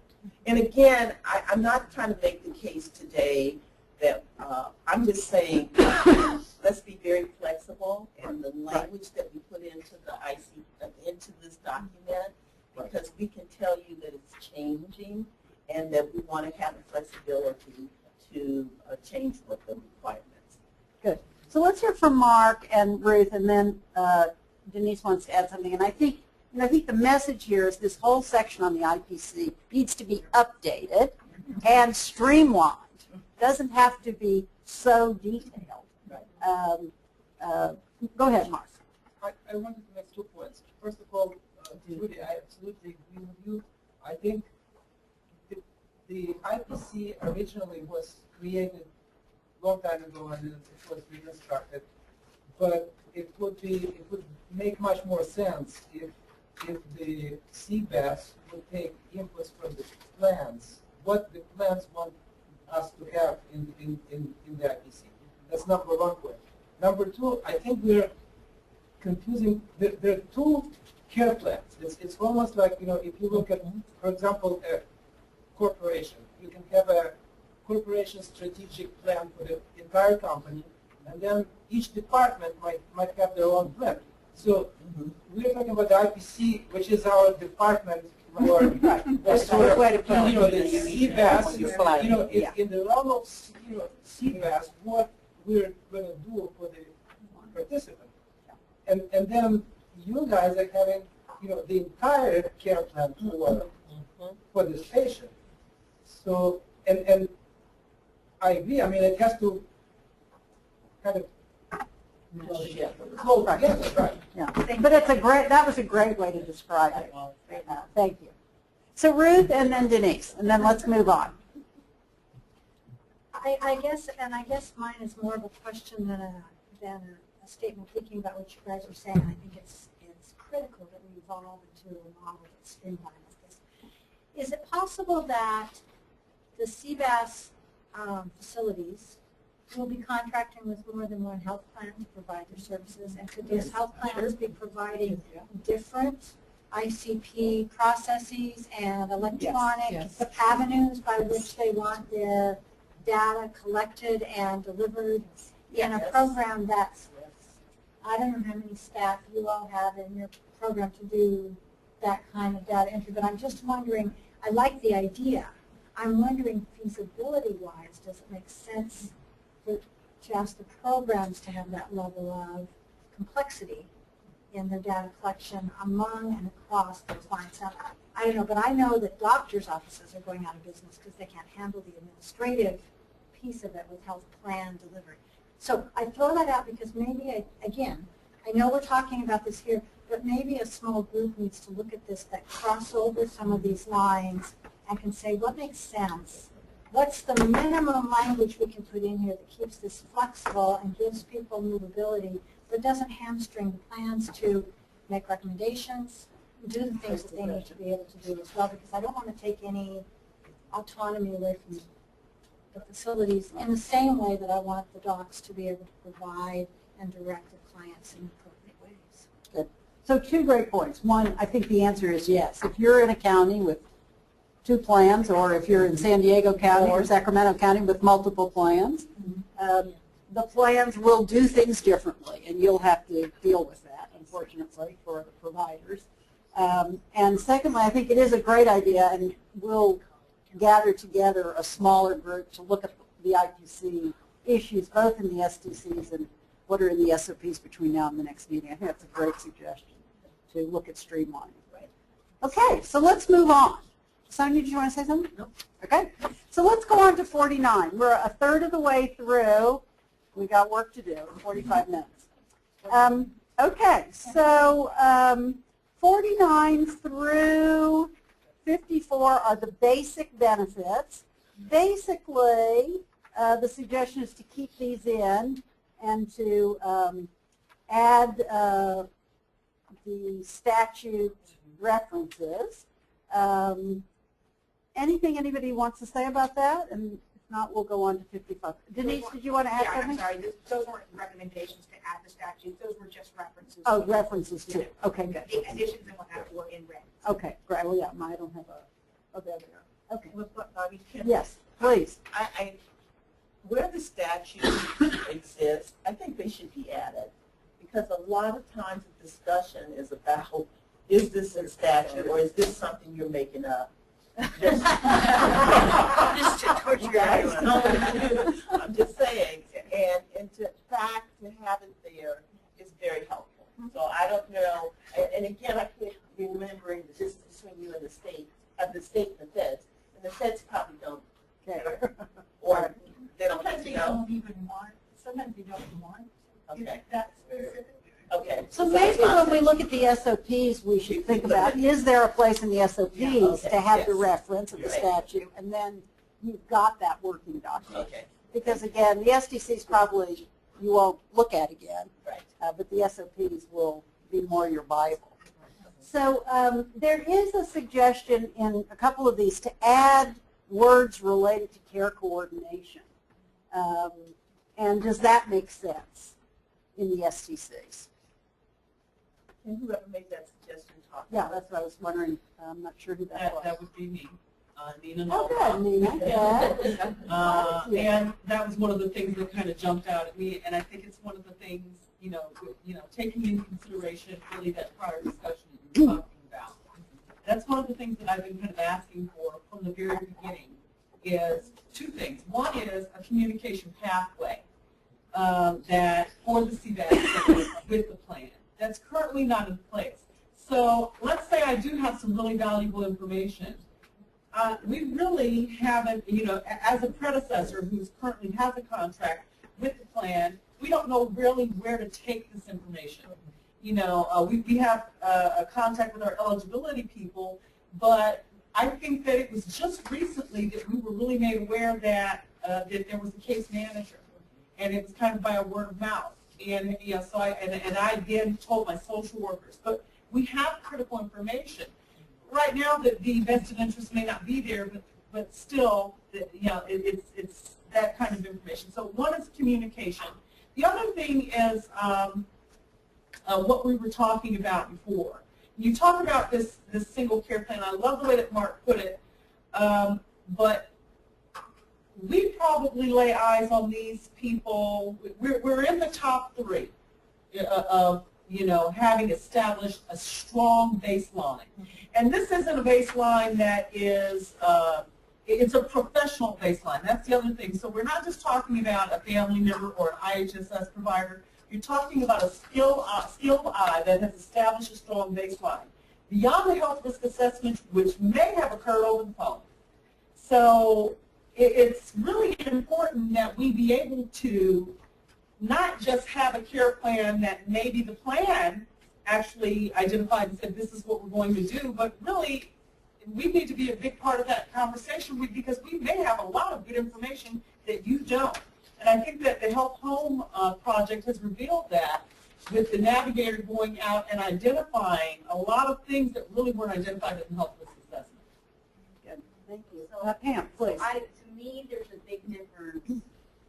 The plan is responsible to coordinate all the care, and CBAS centers are one of the providers. And so I 100% agree there is very little to any communication going on between the plans and the centers. That needs to happen. But I don't see the same. The centers need to share that information, but you're not going to be responsible to coordinate all their care throughout the whole continuum because that's multiple layers. So I think we need to define the difference between care coordination and communication. Because we're responsible to coordinate all those components. And that's what we want to get into. Yes, there needs to be a pathway for communication, and that's through the interdisciplinary care team and through regular reporting. But I think we need to be careful about having the CBAS centers be the center of responsibility for care coordination. And I think we need to, I'm going to go to Denise and then Ed and then Trudy, to think about which parts of this belong in the STCs, if at all. So Denise, then Ed, and Trudy. So I was on a conversation with the small group when we had this coordination discussion, and I said we're in the section called Basic CBAS Benefits of the STC. We're defining what the basic benefits are, and it is very true that the benefits include care coordination at the social services level in the CBAS Center and from the nurse. That's part of their regulatory requirements. So if we wanted to tweak the language to more accurately reflect that, I think that that's a different discussion from what happens in your contractual relationships, plans and providers. So it could be a fairly minor tweak here, I think, to the language, especially under nursing and under social services, because those are already required coordination things at the center. Well, let's make that tweak and then deal with the communication issues elsewhere. Trudy? No, you went exactly where I was thinking. Okay, Ed and then Diane. So just to piggyback on what Denise was saying, I have a question for you, Nina, and sort of for you also, Denise. When you're talking about consider flexibility for the social worker going out into the community, what are you talking about there? Well, I think that I just kind of have in mind, I think, the health home model. With currently the way that our regs are set up, the social worker goes out for an initial visit, but there's really no support for us to, let's say that we have a suspected abuse, so we notice a change in the baseline. Our regs don't really cover us for us to be able to go back out into the community. Yeah. Do the regs prevent that, though? They don't prevent that. There's a.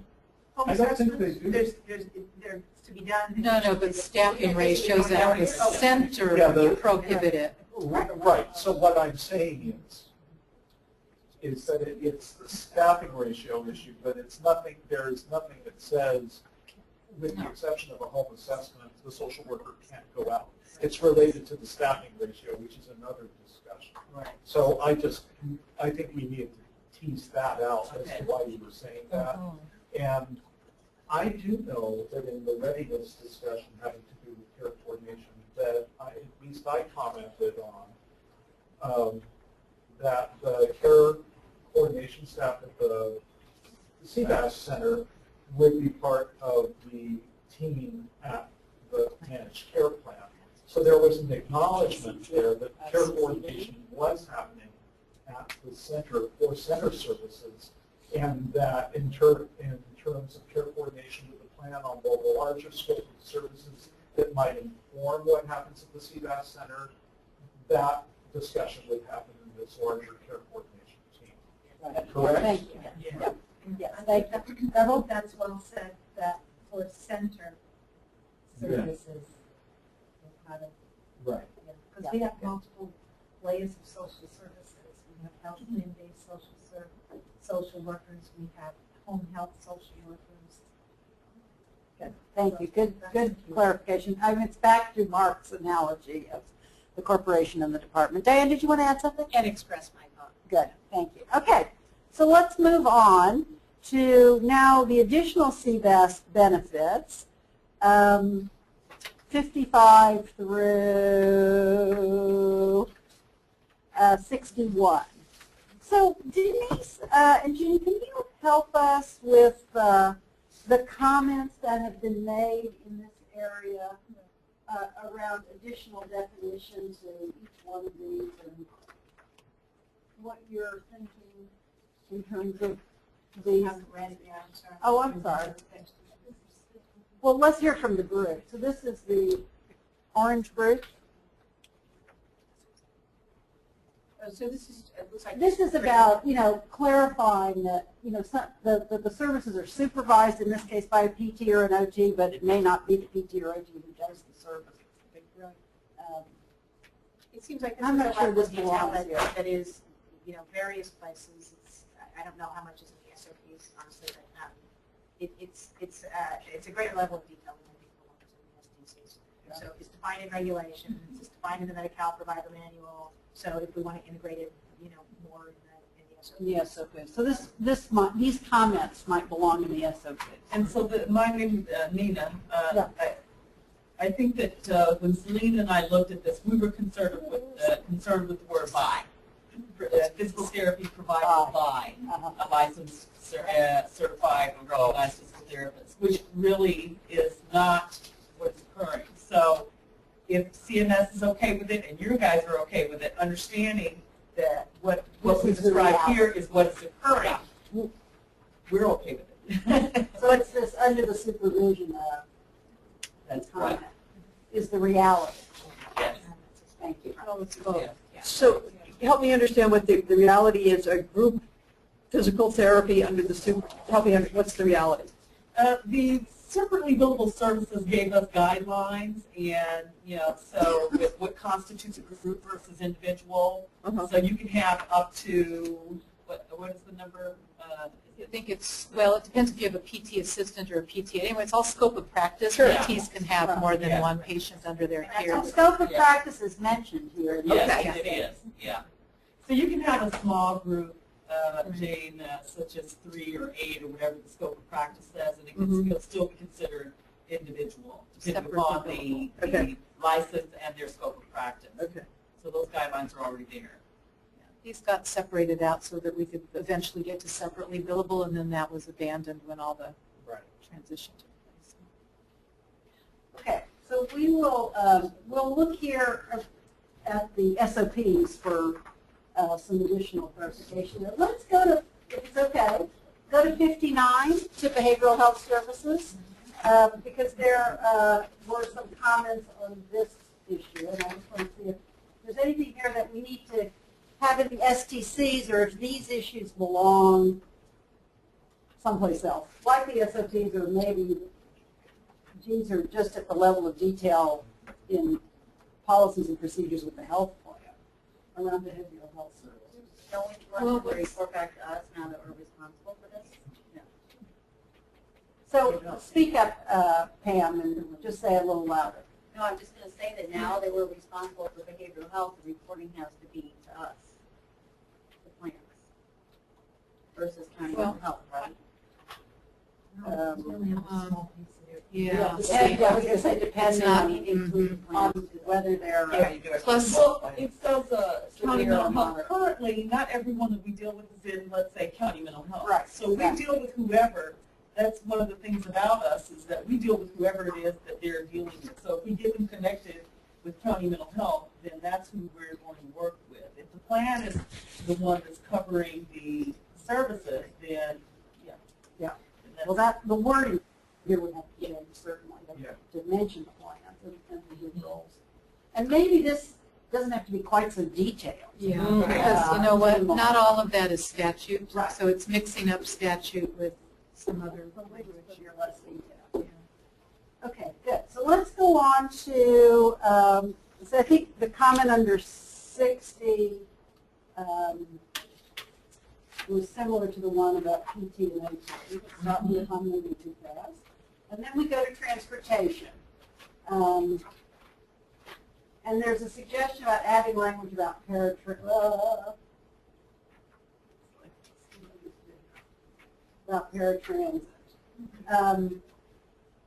Is that something that needs to be in the SDCs or belongs elsewhere? Denise, some guidance on that? We had this conversation just in the work group. So I think the concern was that there are contracts that the centers have with transportation providers. There are centers that provide their own transportation, and doing these kinds of assurances about the drivers is acceptable under those kind of conditions. But for paratransit, it's a whole different kind of world. So we needed to put something in there. So I don't think we need a whole bunch of language, but something that makes it clearer about the responsibilities. Yeah. Okay, thank you. Okay, so Diane. Well, this actually differs from the regulations in that it just states that transportation will be provided, whereas the regulations actually specify that if transportation is needed, that it will be provided. So it actually puts the focus on using independent means that people have to come to the center. And then, should they not have an independent means to come to the center, then transportation is provided. So I think this language needs to change to reflect. To be consistent with the regulations. Consistent with that. Okay, great catch.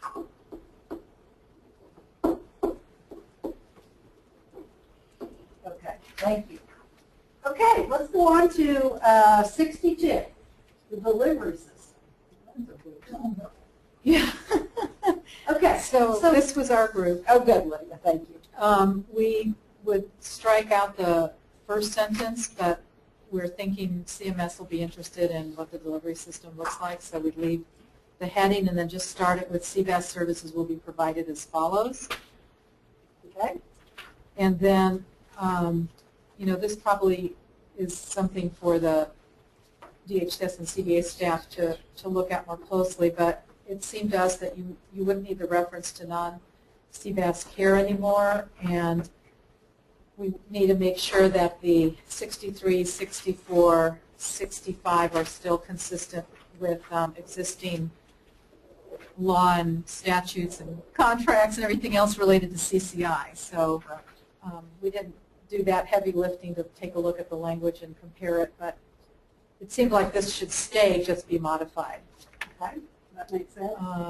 And then we didn't know, maybe even by August 2014, number 64 would be a moot point, but since we don't know right now, I think we should just leave it in. Well, managed care will be in all the counties. It is already, implemented. but will the, But for the CBAS be in all the managed benefit care isn't moving counties? right away. The benefit isn't moving, but the Right. statement is counties that have not yet Right. implemented managed care, and all counties have implemented Yeah. managed care. But CBAS won't be a managed care benefit until you guys decide to move it into those non-partnership counties. So Right. I mean, we didn't try to deal with the language because we weren't expert enough, but it just needs to be looked at by staff. Okay. So Denise, anything? Oh, sorry. Go ahead, Vivian. In the yellow group, Looked at this too. yeah, we had some discussion around this with great deal of concern about those counties that do not have access to CBAS. And we entertained the thought of what is the possibility to open it to bring more New programs. centers, Not only an issue of equity, but also capacity is what I've heard, that some programs maybe are reaching capacity and it's a need to provide the same opportunity Right. to all counties. So is that something that can be discussed here, or? Well, I guess the question is, what's the role, and I'm looking to Denise and Jeannie and John and Jane and Ed, in terms of that issue across all the counties, is that something that should be talked about in the STCs, or is that a programmatic CBA, DHCS issue that lives somewhere else? Great issue, important issue. Yeah. And I think you're right. I think it's an important issue, but I'm not sure it's an STC's issue.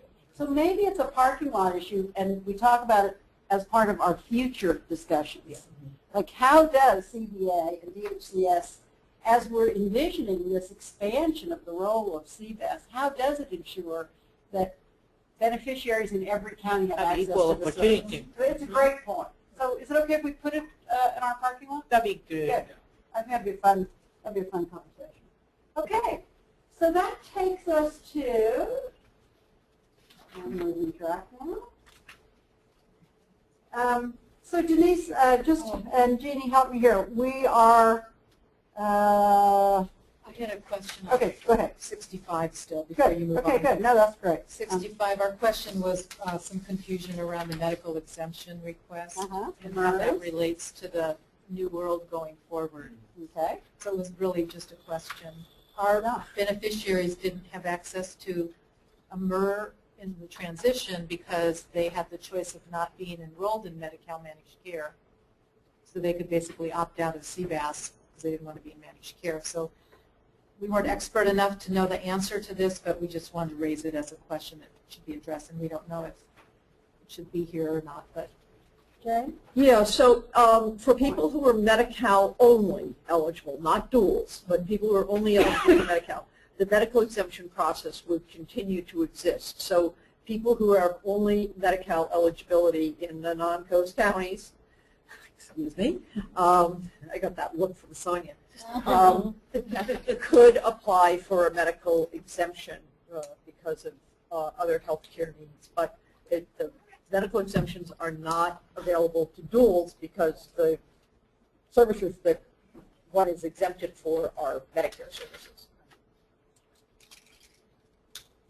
Does that make it totally confusing? So I'd say that you still need to have language in there about medical exemptions for single eligible Medi-Cal only beneficiaries.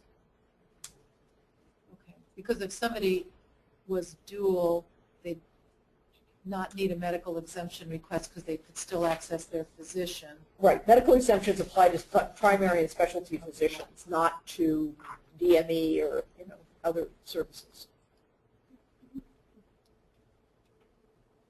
So the point is, if you get a MER, you can still have access to CBAS. Right. That's the point That's the that's point. made here. Yep. Okay, good. And we need to keep that in the STCs. Yep, you are correct. So this is Does that make sense, Lydia? yeah, that's just, we Okay, need a that was helpful. clarification on Thanks. that. Okay. Okay. Okay. All right, so let's, Denise, anything you and Jeannie want to comment on this group in the delivery system? It looks like some will be deleted and some will stay.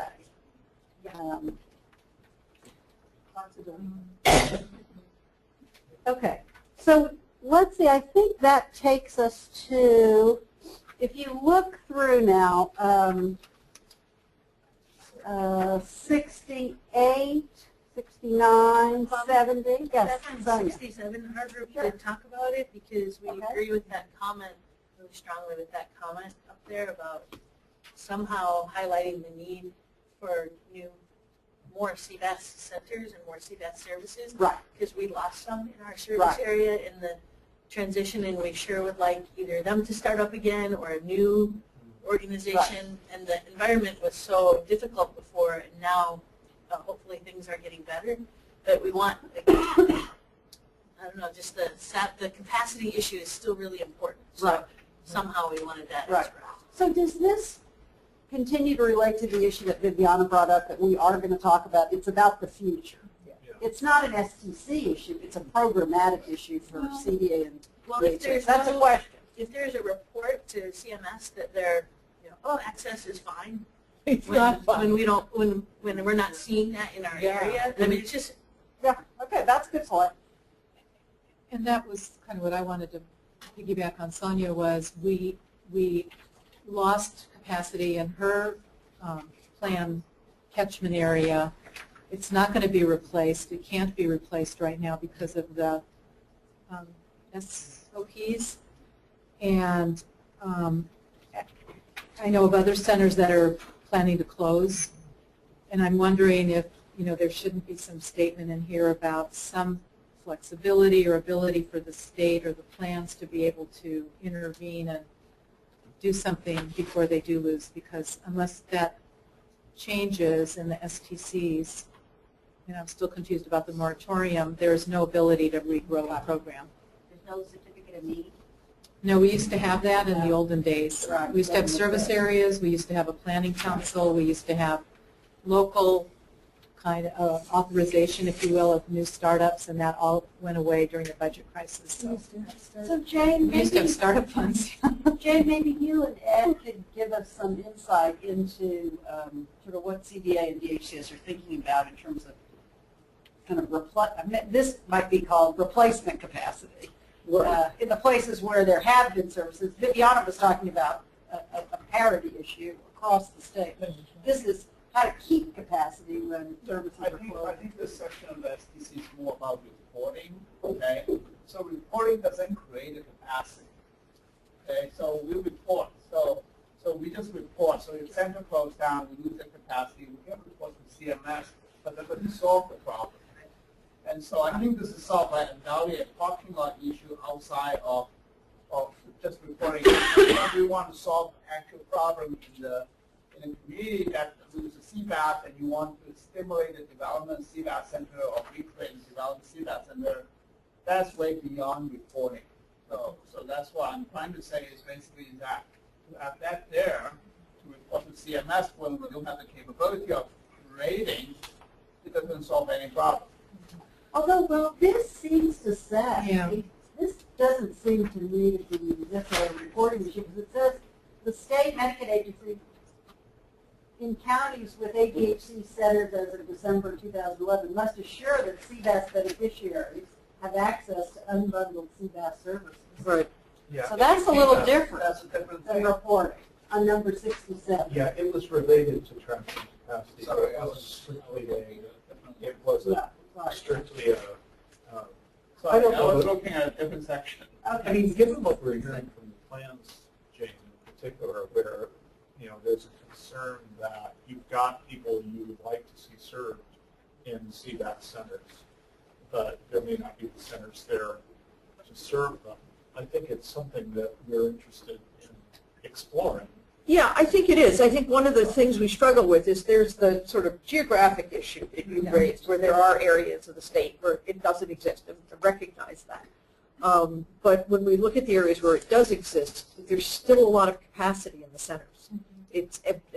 And that's something that we're going to have to just address at some point. When overall they're at 65 or 70% capacity, what does that mean? If you add more centers, does that harm the centers that are in existence? And so I don't know that we can solve this right this moment. I think the issue that I sort of struggle with more is this whole issue of unbundled services, because it would be my expectation, and maybe I'm wrong about this, but if a person needed physical therapy or occupational therapy or that sort of thing, that would be a requirement of the plans to provide, whether or not there's a CBAS center. So the linkage is what I just find uncomfortable.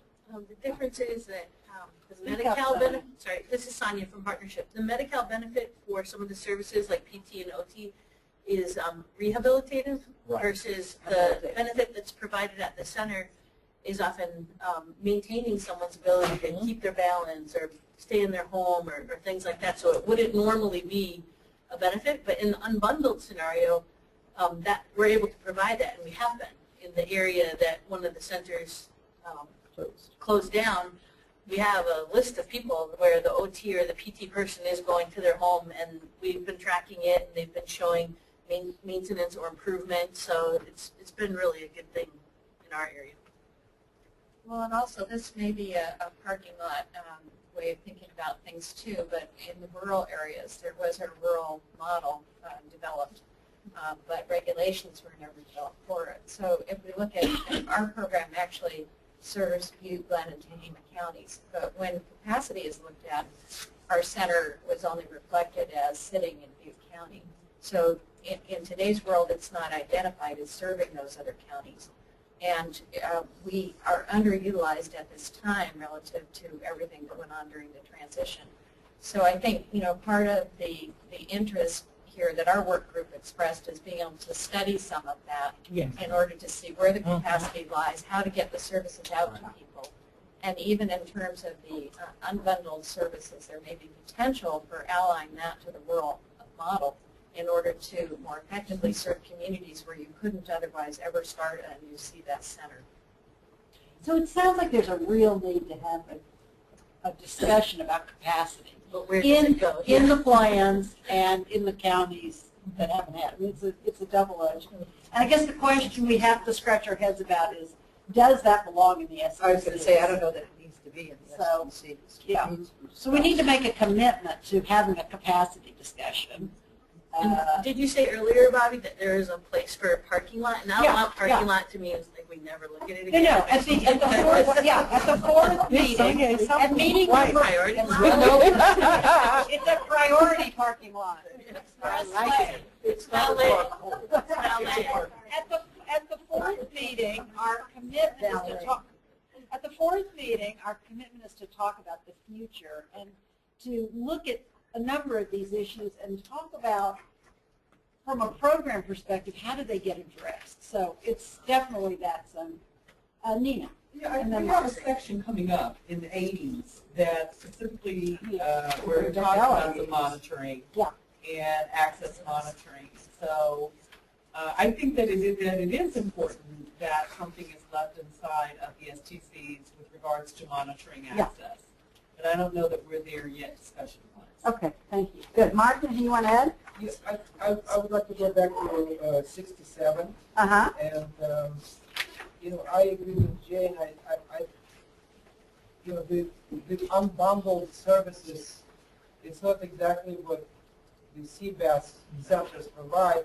And I think the state, before doing this, the state have to make some efforts to increase number of licensed, facilities in the areas which are underserved. So if there is an areas where there is no other CBAS facilities and there is a population that needs to be served, maybe the attempt should be made to license new facilities, if it's possible. I think that's definitely Mark is right in the sense this is basically an access of CBAS center issue. When we look at the STCs, when we talk about unbundling service, really the historical context, a lot has to do with the adult day health centers to CBAS transition.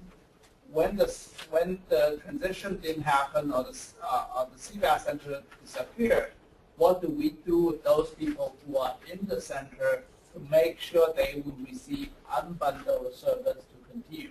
That's the spirit when I look at it, okay? But then when you go forward, we don't have that kind of history anymore. It's just the issue becomes, we need more CBAS center in the most appropriate places. How do we do that? That's a totally different topic than the STC topic. So from our standpoint, that this is a historical item that we want to basically say we can reduce that. Now, for care management environment that there's no CBAS center, yes, this is a clinical issue, this is a service access issue that needs to be discussed, but that's not with this STC. Right. That's from our standpoint. Right. Okay, so let's keep going, and we'll come back to, there'll be another round of this if you're scratching your heads and need to think about it. So remember, our fourth meeting is not just about the future, it's to review all our recommendations. Right. And we'll get a chance to do that. So let's look at, it's been proposed that 68, 69, 70, 71, 72, 73, 74 be deleted. Oh, no, God. No, no change. Should be no change. Okay. No changes are a recommendation from our work group, but it is. Okay. Two groups. It looks like two groups. Okay, three groups. There's some that say no change and some that say delete. Okay. So just in the interest of time, Denise, give us your best thinking about this. Well, we had certainly marked it for delete. That was sort of in our internal exercise. I think, again, thinking this is largely transition related. Yeah. So, That's more related to the CBAS program. Lydia, I think we are still thinking that you're going to have fee-for-service beneficiaries. So again, we were looking at modifying, we were looking at concepts and then modifying it to fit today's experience. So our group was thinking you still have fee-for-service beneficiaries, which is the heading under 69. And so in that instance, it is the Department of Healthcare Services that is doing certain things. It seems like CMS would want to know what you're doing with fee-for-service beneficiaries. So that's why we didn't think it was a delete. But Well, fee-for-service will continue to exist. right, for people that Yeah, for who are not, Right, what aren't managed care. stuff like that. right. So that was our thinking that you couldn't completely get rid of it, but you'd need to modify Well, it. it's MERS people. Not the MERS and people, MERS in the county. Shared cost people, Yeah, renal will be and very interested in this topic. Okay. So it sounds like we need to keep the fee-for-service sections and modify. And under the managed care sections, this is we still have the people currently receiving the unbundled. So once this goes in, but they have to stop receiving unbundled, their center is gone. And they're still, not being institutionalized, and we would like to keep it that way by provision of the unbundled services. And other centers might close in other areas, and then those people might need unbundled services. So if there's any way to advocate for keeping unbundled in this, I think we would really like that. Can we think about it in a different way, though? Can we think about it as services designed to help a person remain in the community rather than this specific set of services? That's the part that I think we all struggle with. It's, do they get PT, OT, and I would rather think about it as services designed to help a person remain in their whatever community or preferred living arrangement or whatever. It wouldn't be a covered benefit. Right. Yeah, that's the question about how would you describe it as a covered benefit when you leave it so open like that. How do you do that? When you have a participant, let's say, that is receiving a certain set of services and we have a closure for some reason, and I think that it's really kind of important to pick up and not let a gap fall between those things. And really, it's so individualized, whereas some are more stable than others, but others will be placed at very high risk without that continuity of care. So, yeah, I think to Nina's point, it becomes extremely important, especially in order to prevent nursing home placement. And the fact that in many communities there are not nursing home beds available for these folks also makes it a concern. Jeannie, please. I was just saying that if someone's in a nursing facility and is discharged, CMS is not monitoring what services they get after they leave a facility care. So I don't think, that's why I kind of wondered that they would want to know what services they're getting if they leave a CBAS center. I know it's a service that they want to make sure everyone's safe, but that's the main thing. They want to make sure that someone's safe, not necessarily what services they're getting, which would be done by nurses. So this goes back to the question of what should be in the STCs and what should be someplace else in the Medi-Cal system. I don't know the answer. It's not easy to add Medi-Cal benefits. Right, exactly. This was an added, these benefits are not, when they're unbundled, they're not normally Medi-Cal benefits. In the package, yes, they've been Medi-Cal benefits because they're CBAS. Yeah. So if we just let it go away, I feel like we're letting an opportunity go away to be covering some things for a small population of people that we're trying to keep in the community. But then you raise the issue of comparability, and you raise all the issues. Having a set of benefits for a small population just makes the hair at CMS stand up on end.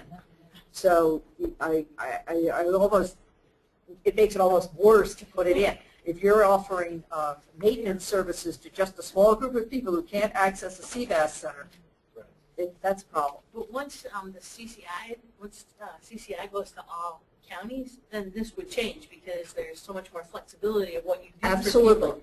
And so maybe it could be until CCI is in all counties, because until that day, which might be 2016, what are these people going to do? 4 years away. You're not supposed to say that in change. Okay, That's a rule. 2015. I suspect CMS would not look Yeah. But what if you just leave it as is, where it just says it's not a change? Yeah, it's Right. just no change. Right. Because these people still need the care. The 15 in my area still need the care. It'll be very hard for them if it gets cut out. But the 15 people has a history. They The do. history is that there was a CBAS center before. There's no more CBAS center. But what about people who are never in CBAS centers? Do they get unbundled services? We haven't, but That's the That's the issue. That's the issue for CMS. that's the issue. So how about if we spend some time thinking about this between now and the next meeting and come back with a suggestion, and we may consult with Sonia and a few others to get this. This is a really important point. It may only affect a few people, but it's a really important point. It's talking about the need of certain people that need certain services to help them stay in the community. Right, exactly. Irrespective of whether they're CBAS or non-CBAS or things like that. And so it's really basically a slightly different question. From my standpoint, it's not far from It goes back to flexibility. It Right. allows a flexibility to Okay, so let's not lose this issue. This is an important issue, and let's think about this between now and the next meeting and come back with some ideas. Okay, it's 4:30, and on the agenda it says we're going to have public comment, but I'm going to take the prerogative of facilitation. We're going to have public comment, but I want us to spend 15 more minutes on this just to push through a little further, and then we'll have public comment, and we won't short shrift it. And at least we'll just get a little further along. Is that okay with everyone? Okay, good. So we're 75 and 76. Looks like 75 suggested for no change, and 76 is a state reporting issue, which we're not going to worry about. So let's look at this group about providers.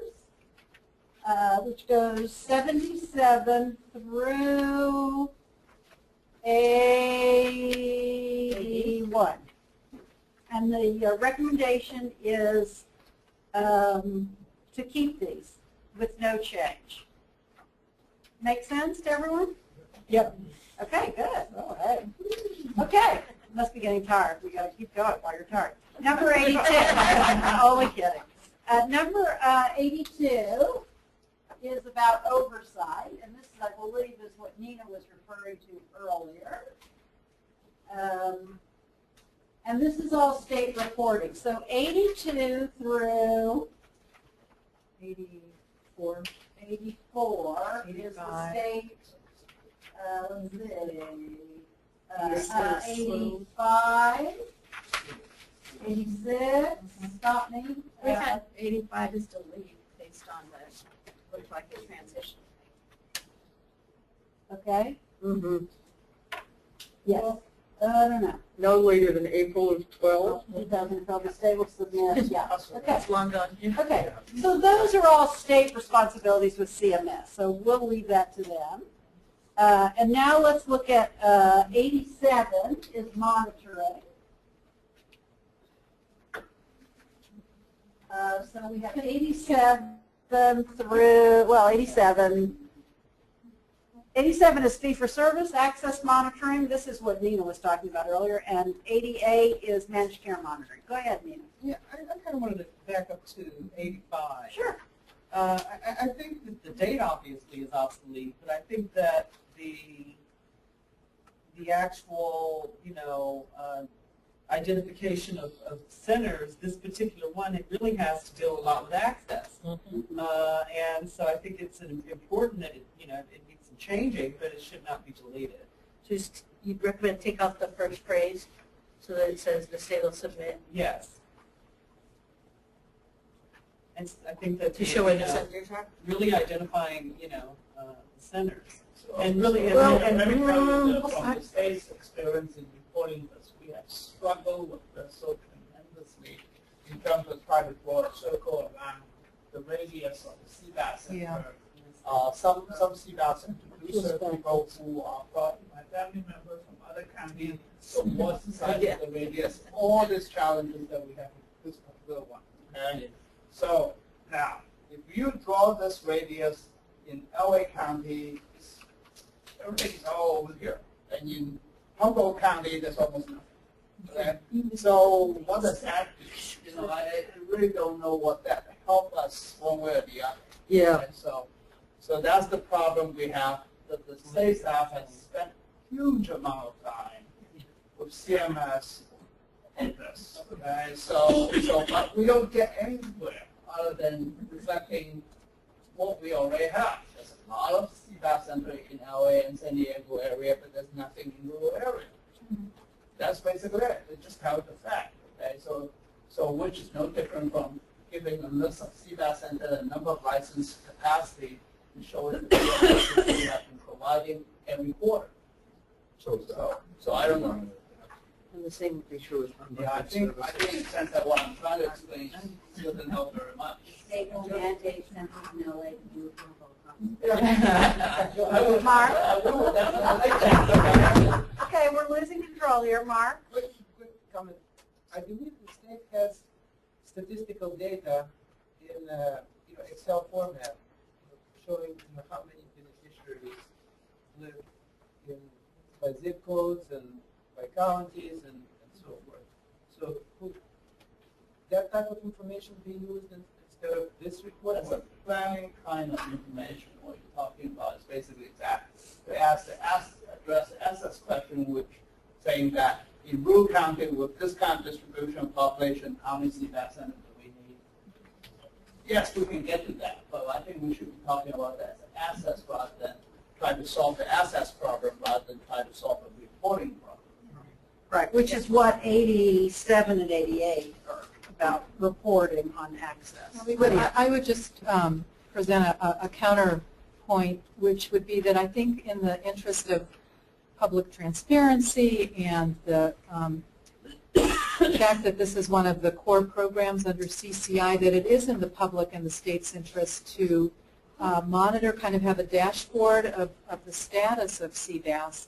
And this would be, maybe it isn't quite as detailed and lengthy as all of this, but I would still like to see some dashboard metric reporting of how things are evolving. And I think about the regional centers. They actually have people called resource developers that identify gaps in services and go out and find people to meet those needs. So I would just, I don't have a recommendation personally. Our group didn't talk about this in detail, but I just would urge us to consider some kind of dashboard metrics. Yeah, I think that's definitely item number 87, 88. Yeah, We will be isn't it there? obligated to report on CBAS access for fee-for-service people as well as for managed care people. We will need to comply with that. We want to comply with that, okay? But it's not like going to circles. No, So John, is essentially what we're saying here is that for this sort of access reporting, that we want to retain some mode of access reporting that's doable and meaningful for the state. Well, And for everybody. it looks like 87 through 95 is all about monitoring access, both in fee-for-service and in managed care, in quite a bit of detail. grievances. And then, so 87 through 95. A lot of that was really transitional data because of wanting to make sure there wasn't Right. a dip in services and availability. Right. And actually, I think 85, 86 are part of that as well. Or it's all about, people who would be getting CBAS services, where the centers are, and where the people are. So would the state be open to looking at how that might be consolidated, but that the reporting would still continue to some degree? But this is more than reporting. Monitoring has an actual action activity that results in access. So I assume that this was not only to facilitate transition, but to ensure that there is enough access to the services.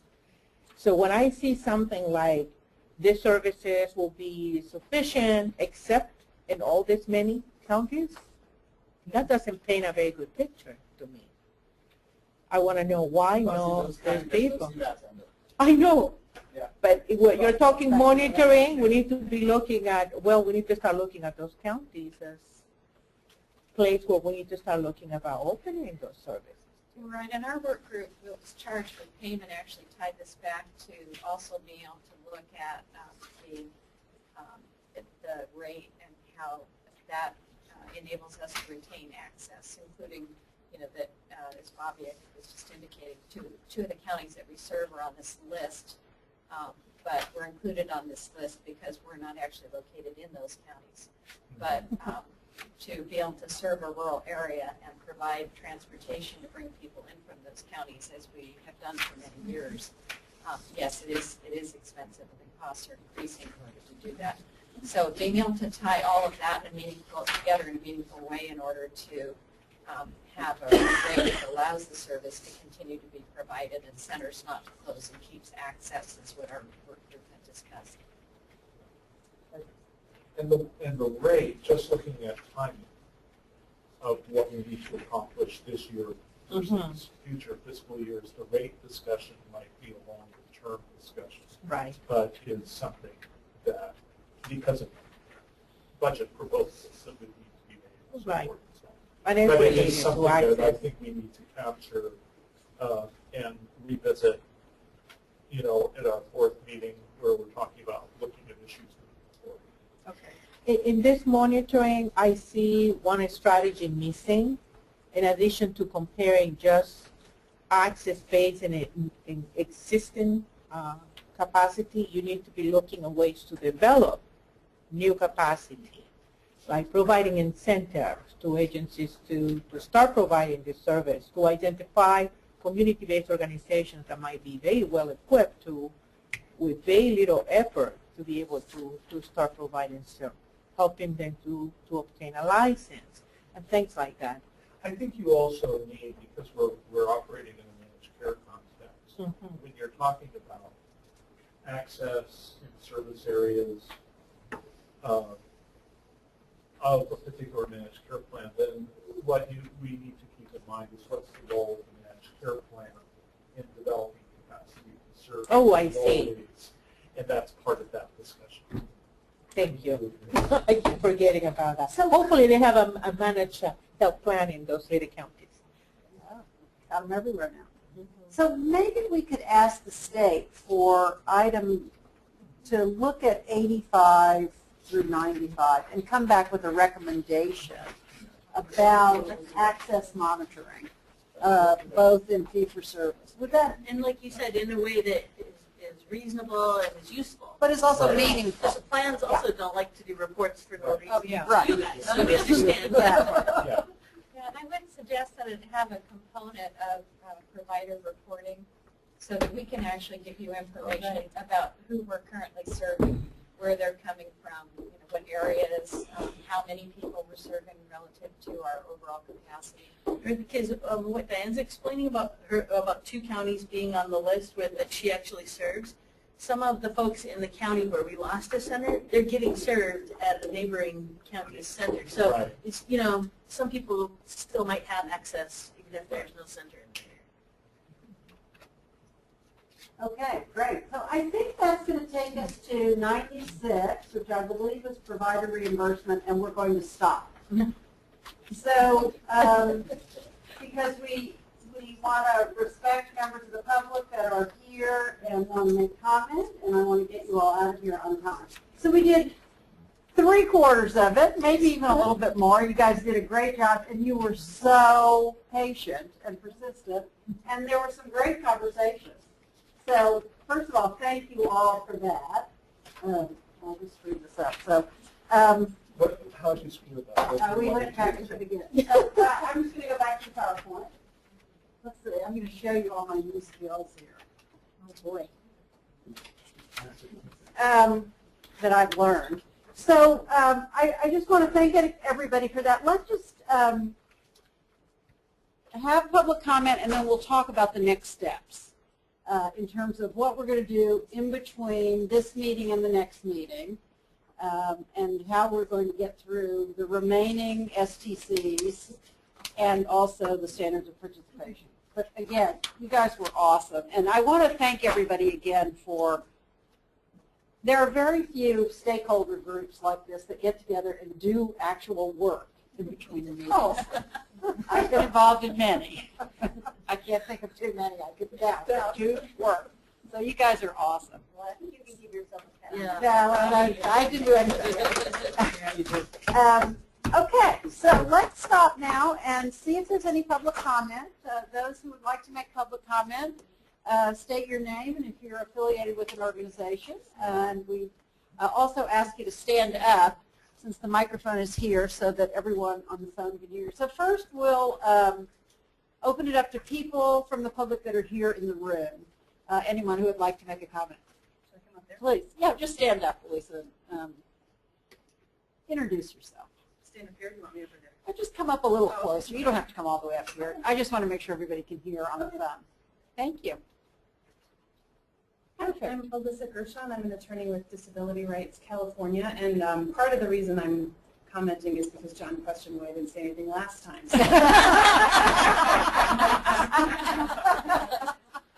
I don't have really a lot to say. This has really been a fascinating process to observe and to hear the substantive discussion and what feels like a really collaborative process, and that is very heartening, and I agree with you, Bobby, it's rare.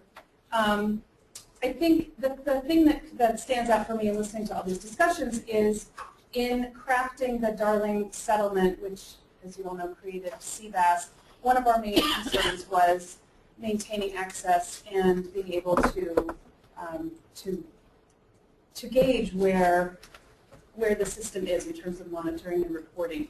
I think some of the concerns that I heard seem to be potentially deferred or parked, things like capacity and how to deal with unbundled services, which were really critical aspects of ensuring that people who were current ADHC participants at the time of the settlement would not lose access to services. And I think that's a really critical aspect of moving forward. And in the interest of creating flexibility and potentially expanding and improving the system, I would just hope that certain minimum standards and expectations and this fundamental core of the program will remain intact. And I think having language in the STCs that commits the state to making sure that happens is a critical piece of doing this.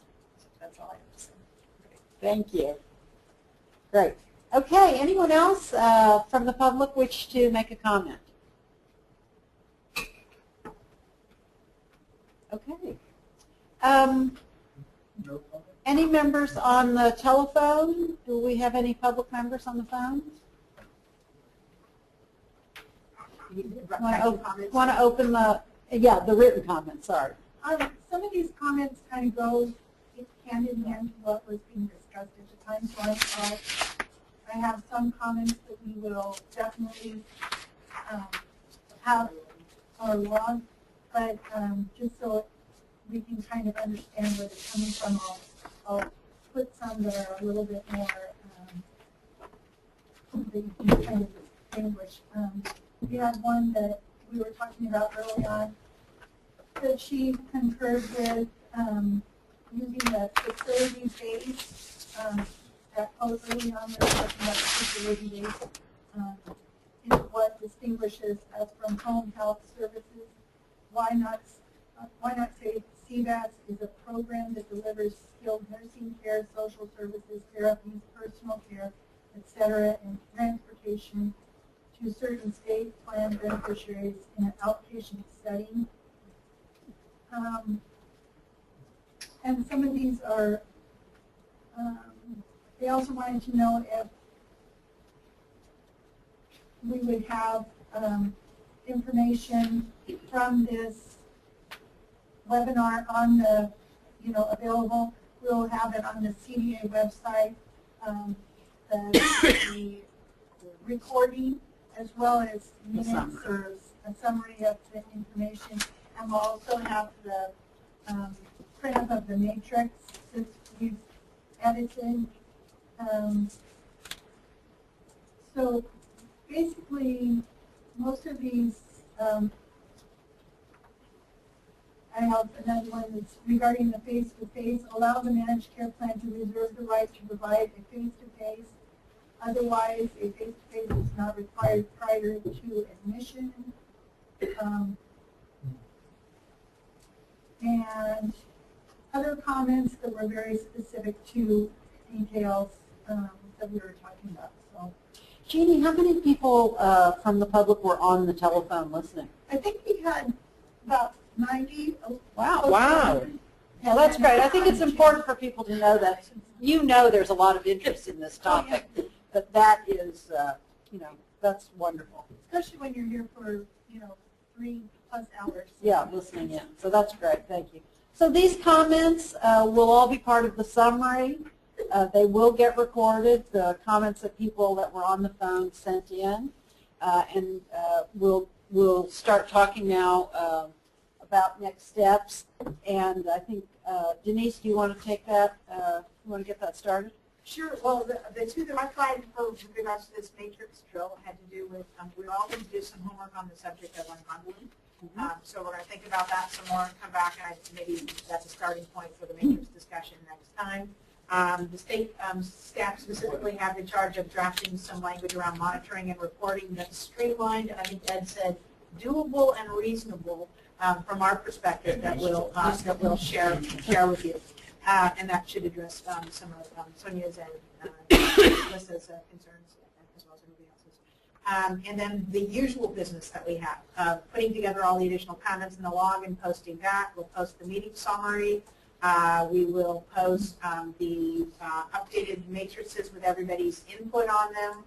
We'll post a recording of this meeting today if anybody wants to re-listen to this 3 hours. Can't imagine why, but we'll post that. So all of our usual homework. We'll draft another round of agendas and slides for the next meeting. And I imagine if there's going to be any interim assignments, we'll send those out as well. Yeah, So, yeah, we'll talk about that in terms of the IPC, do we want to do a small? yeah, small group on the IPC, IPC, right.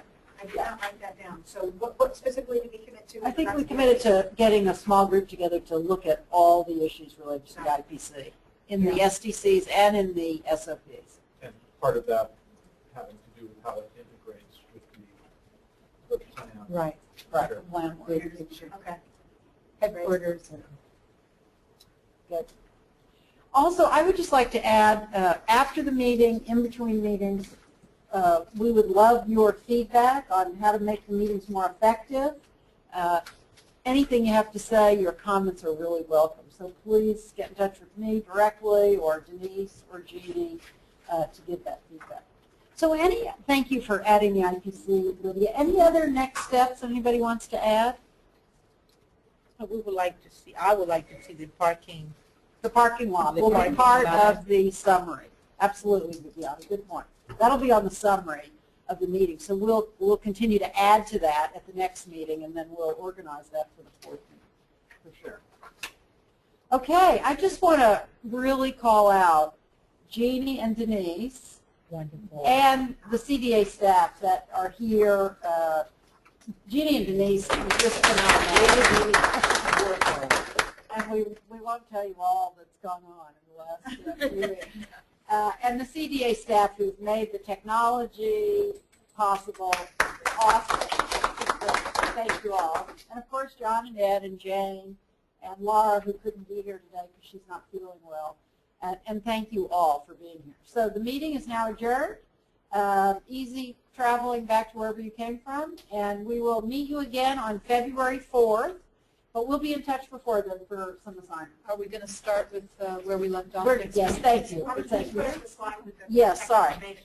We are going to start where we left off. Okay. And this is how to reach the website and if you need to reach any of us directly. So thank you all for being here. Thank You you, guys Bobby. were awesome. Thank you. Thank you. You're awesome. Okay. Thank you.